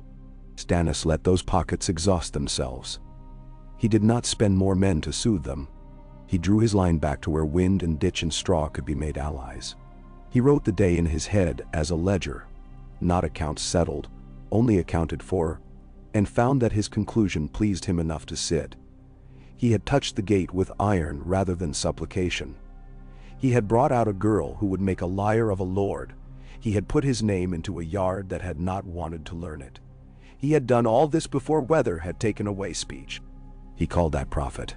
He sent Justin Massey to the river road with twice the numbers of last night, and orders to eat stores that would otherwise march tomorrow, flying flayed devices. He sent Horp to the corbel with 5 and told him to find every angle the wall gave a climber and note which would be ice slick 2 days hence, because a storm is a traveler and has its own itinerary, and men can keep appointments with it if they are not fools. He sent Devon to a tent with a list of names, and told him to make the men under those names sit near warm water if he could find any, and make them sit again if they stood up, and make them tell him who owed him favors, so that he could collect them. He sent Asha nowhere. She did not ask for a where. She vanished, and that counted in his mind as obedience. In the great hall, Wyman sat and folded his hands upon his belly and pretended to be grateful for bad wine. He received a small delegation of Freys whose hands were not clean and whose conversation jumped like fleas from horse to dog. He agreed with them gently and not at all. He told them he prayed for the night to teach men mercy. He believed no such thing. He meant the night to teach men what patience could do with hunger. When they had gone, he smiled at the undercook, and the undercook smiled back with eyes so bright it made Wyman's own wet with something he told his heart was merely steam. One of Rooz's last messengers of the day, lips blue, boots encrusted, loyalty temporarily uninteresting, brought him word that the Karstark nephew had not returned, but that 2 of his cousins had been seen at the West Works doing nothing anyone could quite remember responsibly. Rooz inclined his head. "I will speak to Arnulf," he said, and the messenger nodded with numb enthusiasm. Rooz did not speak to Arnulf. He sent him a jug of something that would taste better than any success Arnulf would ever possess, and in the sending he told the old man everything he intended to tell him. "You are still useful as a liar. You will not be useful as a lawyer. You will not be useful as a loyalist until I decide you are, and by then it will be too late for you to matter." Night layered itself upon snow until the world became one soft cruelty. The wind's voice lowered, not because it had grown tired, but because it had accomplished a great deal with little effort and wished to enjoy its work. Fires in Stannis camp made low, circular noises and gave out that stingy heat fires often dispensed to armies. In the castle, the higher rooms creaked like ships in a grudging sea. Men slept. Some from exhaustion, some from discipline, some because there was nothing else they could do without being fools. A few did not sleep because they knew that sleep is a loan for which a man will be called to account. Asha did not sleep. Abel did not sleep. Wyman did not sleep. Roose slept for 1 hour and woke with his mind arranged as neatly as a drawer in which every knife faces the same way. Stannis stood outside his tent and let the snow pattern his shoulders as if he were a statue put out in a city square to teach citizens what stone can be made to look like. He did not pray. He did not curse. He remembered his brother again, but it was an honest memory, not one of those the mind improves while a man is drinking. He remembered a boy on a tower on Storm's End, the wind raw on their teeth, Robert saying that he would like a day like this because it would make every living thing feel its blood move. Stannis had found that repugnant then. He found it repugnant now. He liked days that taught men what they owed and what was owed them. It was a fault in him. He accepted it. He let the snow do as it wished with his beard. He went in at last. Devon sat, head nodding, beside a brazier that had behaved better than most. On the pallet beyond, a girl slept, her breath steady, her mouth open at the corners like a child's. A woman watched her. Theon sat cross-legged like a penitent, his hands clean now because work had told him so. Stannis looked at him and did not. "Tomorrow," he said to no one and everyone, "we will knock on a different door." He looked at the girl again. "We will also speak names." "Jane Poole," Theon said as if practicing. Yes, Stannis said. And after that, Bolton. He made of the name a thing he intended to unmake. The wind agreed about nothing. It hissed across the field, busy with its own errands. In the castle, a fat lord in a corner kitchen watched men place wedges under oven doors. They intended to shut for too long. In a bathhouse cellar, a woman with seagull hair traced a line with her finger along a pipe and smiled with an expression a man might remember when he was drowning, just before he stopped needing air. In a private garret, a careful lord unrolled a map and touched 2 points with one finger and then neither with any. Snow learned to love its own weight before midnight. It leaned into roofs and laughed quietly in eaves and patted the steps of men who cannot help but seek privies in the dark hours. Somewhere, a rope swelled with wet and began to surrender its knot. Somewhere else, a cleat held firm because the baker who had made it had been old enough to distrust hurry. Somewhere a Frey discovered his stomach's error and paid for it in the only coin it possessed. Somewhere a spearwife, awake and at peace, sharpened a knife over a stone that had no name. The night was long because all winter nights are long, and the morning would not be distinct from it when it came. In the hour before that indistinctness, men who had never met would have the same dream of summer fields and be dishonored by it when they woke. Kings would have less sleep than their enemies and less again than their cooks. The storm would continue its work without reference to oaths, and the day that would follow would be finished not in flourishes, but in corners, as most days worth the telling are.